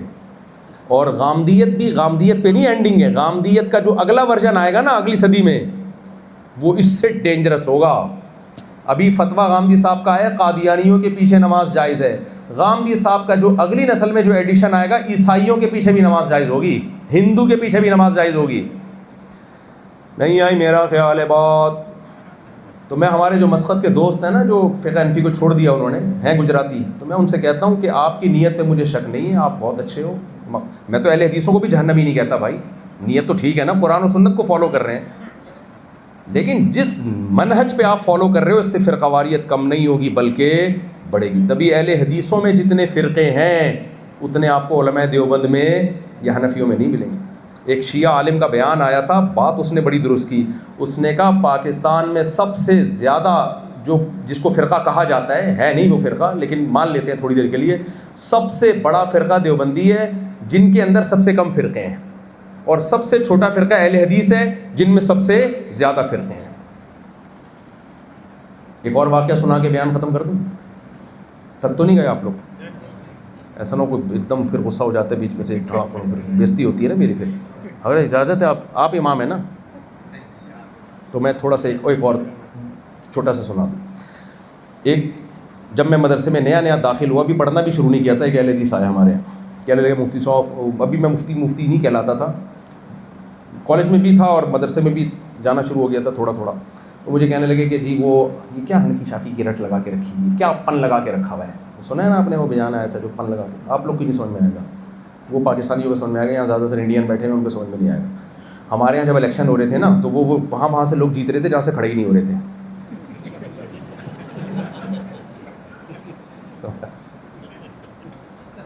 تو اس پہ لندن سے ایک بیان آیا تھا، کیا پن لگا کے رکھا ہوا ہے. اب وہ پن سے پہلے حلالی کو الٹ دو، آپ مسجد میں وہ الفاظ نہیں میں استعمال کر سکتا.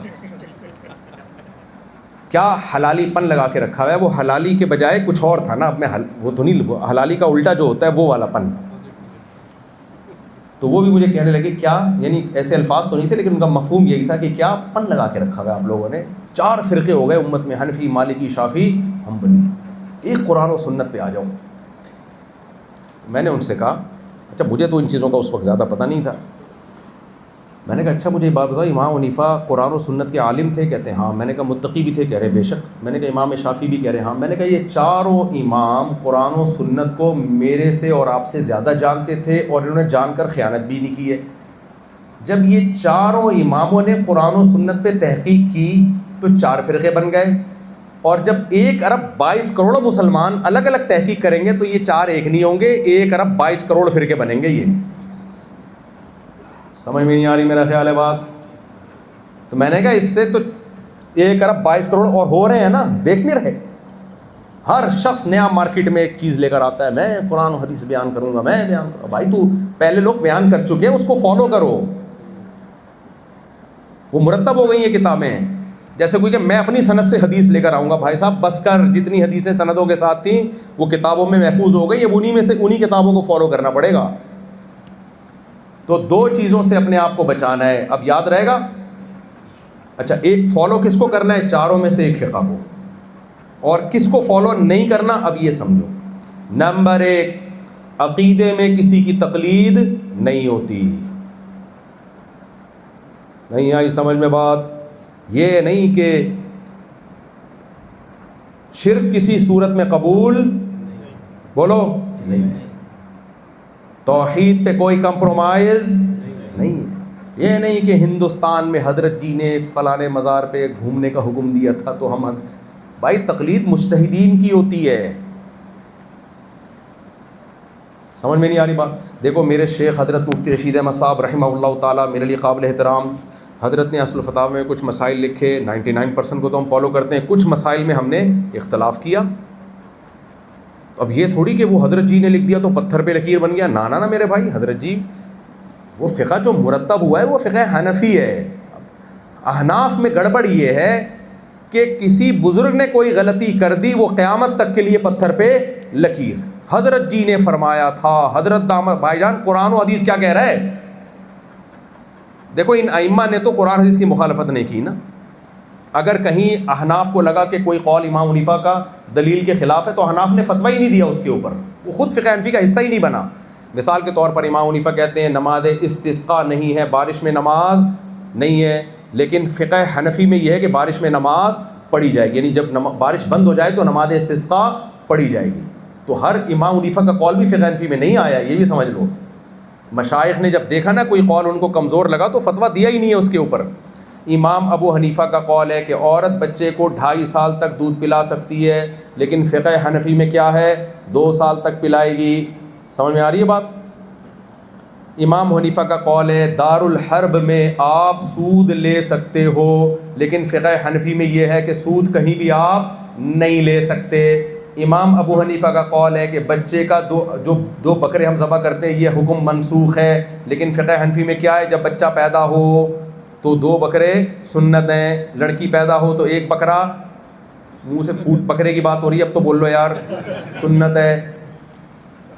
تو فقہ حنفی یا فقہ شافعی کا مطلب ہر چیز میں امام حنیفہ کا قول نہیں ہے، وہ مشائخ نے جب دیکھا نا، امام حنیفہ نے کا خود قول ہے نا، جو قول میرا حدیث کے خلاف لگے اس کو دیوار پہ مار دو، تو یہ ہمیں ضرورت نہیں ہے، پہلے ہو چکا ہے یہ کام، پہلے مارکیٹ میں ہو چکا ہے، اب 1400 سال کے بعد نہیں ہوگا کچھ بھی، ہو گیا۔ تو پہلی بات کیا ہے، عقیدہ توحید پرست ہونا چاہیے، صرف یا اللہ مدد، یہ اسلام کا بنیادی عقیدہ ہے۔ ہم توحید اس لیے نہیں قائل کہ امام حنیفہ توحید کے قائل تھے، نہیں بھائی، توحید تو توحید ہے، قرآن نے اتنی واضح بیان کر دی، اس میں تو اختلاف کی گنجائش ہی نہیں ہے۔ تو مدد صرف کس سے مانگنی ہے؟ اللہ سے۔ ایاک نعبد، اے اللہ ہم تیری ہی عبادت کرتے ہیں۔ مدد بھی صرف کس سے طلب کرتے ہیں؟ اللہ سے۔ تو یا علی مدد نہیں چلے گا، یا غوث آدم مدد بولو نہیں چلے گا، قبر کو سجدہ نہیں ہوگا، قبر میں جو بزرگ پڑے ہوئے ہیں ان سے مانگا نہیں جائے گا۔ مجھے یاد ہے ایک صاحب آئے، میرے کو آدھا دھڑ فالج زدہ تھا، مجھے کہنے لگے مفتی صاحب ہر جگہ جا چکا ہوں ٹھیک ہی نہیں ہو رہا، مجھے کسی نے بتایا فلاں بابے کے مزار پہ جانا ٹھیک ہو جاؤ گے۔ میں نے کہا میرے بھائی وہ جو مزار میں جو بابا دفن ہے ان کے تو دونوں دھڑ کام نہیں کر رہے، وہ تیرا آدھا دھڑ کہاں سے ٹھیک کریں گے؟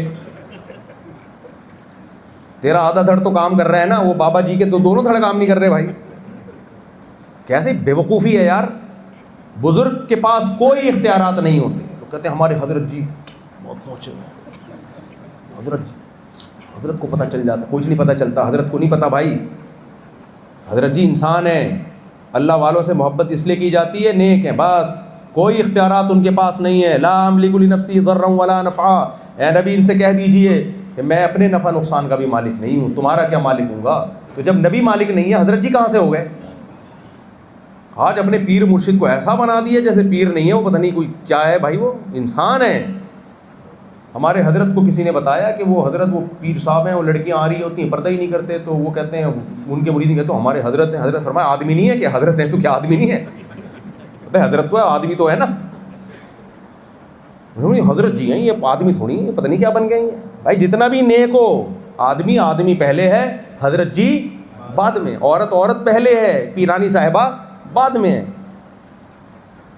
تو اپنے حضرت جی سے بیعت ہو، اصلاحی تعلق قائم کرو، لیکن سمجھو ان کو انسان، کوئی خلائی مخلوق نہیں ہے وہ۔ سمجھ میں آ رہی ہے بات؟ تو عقیدہ توحید میں کوئی گڑبڑ، کوئی 2 نمبری نہیں ہوگی۔ دوسرا، بدعت نہیں آنے دینی اپنی سوسائٹی میں۔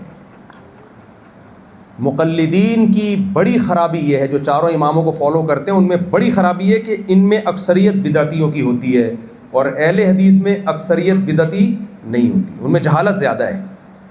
اہل حدیث کی گڑبڑ کیا ہے؟ جہالت، کم علمی، جس کی وجہ سے دوسرے کے دلیل ہی پتہ نہیں ہوتی تو فتوے لگاتے رہتے ہیں، لیکن بدعت نہیں ہوتی۔ اور مقلدین میں علم ہے، علماء میں نے احناف میں ہی دیکھے ہیں، شوافع میں دیکھے ہیں، سب سے زیادہ تو احناف میں دیکھیں، علم میں مضبوطی ہوگی، رسوخ ہوگا، لیکن آفت کیا ہے، برائی کیا ہے؟ بدعت ہے۔ جو چیز قرآن و سنت سے ثابت نہیں ہوگی وہ بھی امام ابو حنیفہ اور فقہ حنفی کے کھاتے میں ڈال کے فالو کرنا شروع کر دیں گے۔ بھائی یہ نہیں کہ جو ہمارے ہندوستان میں رائج ہے وہ وہی اسلام ہے، نا یار، ہندوستان کے علاوہ بھی دنیا میں اسلام پایا جاتا ہے۔ ہمارے حضرت جی نے فرما دیا، پتھر پہ کیا بن گیا وہ۔ اب میں نے جب دوسری شادی کی تحریک چلائی نا، اللہ معاف فرمائے، استغفر اللہ، خواتین بھی بیان سن رہی ہیں، گھروں میں سن رہی ہیں، میں نے سنا، میرے سامنے ہر آدمی، حضرت حکیم الامہ رحمہ اللہ نے فرمایا کہ میں تو 2 شادی کر کے پچھتا رہا ہوں، انہوں نے تو لکھا اس زمانے میں 2 شادیاں نہیں کرنی چاہیے۔ میں نے کہا بھائی حکیم الامہ ہمارے سر پہ، ہم ان کی قدموں کی خاک کے برابر بھی نہیں ہیں.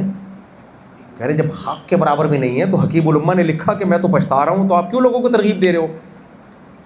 میں نے کہا بھائی میں نے کلمہ حکیم الامہ کا نہیں پڑھا، کس کا پڑھا ہے؟ قرآن و سنت کا پڑھا ہے. نہیں پھر آپ اپنے آپ کو تھانوی کیوں کہتے ہو؟ آپ یہ کیوں کہتے ہو ہمارے شیخ جو تھے وہ حضرت تھانوی کے خلیفہ تھے؟ میں نے کہا بھائی تھانوی، حضرت تھانوی ہم خاک کے، ہم تو ان کا نام لیتے ہوئے ہمیں ڈر لگتا ہے یار، ہماری کیا اوقات. نہیں جی وہ آپ کہتے ہو تو وہ تو منع کرتے تھے. بھائی قرآن سنت سب سے اوپر. جہاں مسئلہ اختلافی ہوگا تو پھر فقہ حنفی کو فالو کیا جائے گا. جہاں اختلافی دونوں طرف دلائل ہوں، دیکھو دونوں طرف دلائل ہوتے ہیں تو ایک فقہ کو فالو کیا جاتا ہے. اگر دونوں طرف دلائل ہے ہی نہیں تو پھر تو مسئلہ اتفاقی بن جاتا ہے نا، اس میں تو ضرورت ہی نہیں کسی فقہ کو فالو کرنے کی. ایسا خانقاہ میں اپنے شیخ کو پکڑ کے بیٹھتے ہیں نا کہ زمین آسمان ادھر سے ادھر ہو جائے. حضرت جی نے جو لکھ دیا اب وہ قیامت تک تبدیل. میں نے کہا پھر ان بیوہ اور طلاق یافتہ عورتوں کو کنٹینر میں بند کر کے سمندر میں گرا دو میرے بھائی. ان کا حل کیا ہے تمہارے پاس؟ یہاں بھی بیوہ عورتیں بہت ساری ہیں، یہاں رواج نہیں ہے. اب ایسا نہ میری وجہ سے یہاں پڈے شروع ہو جائیں. تو میں نے یہاں علماء سے پوچھا کہ ٹھیک ہے رواج نہیں ہے، گھر میں بڑی محبت ہے، جو بیوہ ہو جاتی ہے اس کا کیا ہوتا ہے؟ کہتے کچھ بھی نہیں ہوتا اس کا، ساری زندگی. اب حکیم الامہ بھی زندہ ہوتے، ہم حضرت کے سامنے یہ دلائل رکھتے، وہ بھی کہتے یار میں نے ایسے ہی لکھ دیا تھا بھائی، میں نے لکھ دیا تھا. میرا مقصد تو نجی محفل میں ایک بات تھی، حکیم الامہ نے جب اسلام کے احکام کو ڈیفائن کیا ہے تو وہ کتاب لکھی ہے احکام اسلام عقل کی نظر میں. اس میں تو دوسری شادی کو پروموٹ کیا ہے آپ نے، کہا کہ اس کے علاوہ تو گزارا ہی نہیں ہے، عورتیں اتنی زیادہ پیدا ہوتی ہیں اور مرد مرتے زیادہ ہیں ان کا. وہ اصل کتاب ہے. کہیں نجی محفل میں انہوں نے کہہ دیا، کسی نے لکھ دیا اس کو پکڑ کے بیٹھ گئے. اور نہیں بھی لکھا ہوتا تو بھائی ہم نے فالو کس کو کرنا ہے؟ اللہ رسول کو. کوئی بدعت ہمارے بزرگ میں آ گئی بس وہ نسلوں تک چلے گی، نسلوں تک چلے گی. حدیثیں حضرت جی سے سن لی، اب یہ نہیں کہ یہ حدیث ضعیف ہے، موضوع ہے، من گھڑت ہے. حضرت جی نے فرمایا تو چل میں آیا. مجھے یاد ہے ہمارے ایک دوست نے بتایا کہ تبلیغ جماعت والے گئے ہوئے تھے کسی گاؤں میں، تو ایک صاحب کو میں نے دیکھا بیان کر رہے ہیں. فرمایا، بیان میں کہہ رہے ہیں فرمایا جو نماز نہیں پڑھتا وہ ایسے ہے جیسے خنزیر کا گوشت کھاتا ہو. میں نے کہا یار یہ حدیث تو میں نے کبھی سنی نہیں. پھر کہتے ہیں فرمایا جو نماز نہیں پڑھتا ایسے ہے جیسے زنا کرتا ہو. فرمایا، کہتے ہیں فرمایا جا رہا ہے. میں نے کہا یار یہ حدیث میں نے کبھی سنی نہیں ہے. بیان کے بعد میں نے اس سے پوچھا یار یہ کس نے فرمایا؟ کہہ رہے ہم نے فرمایا.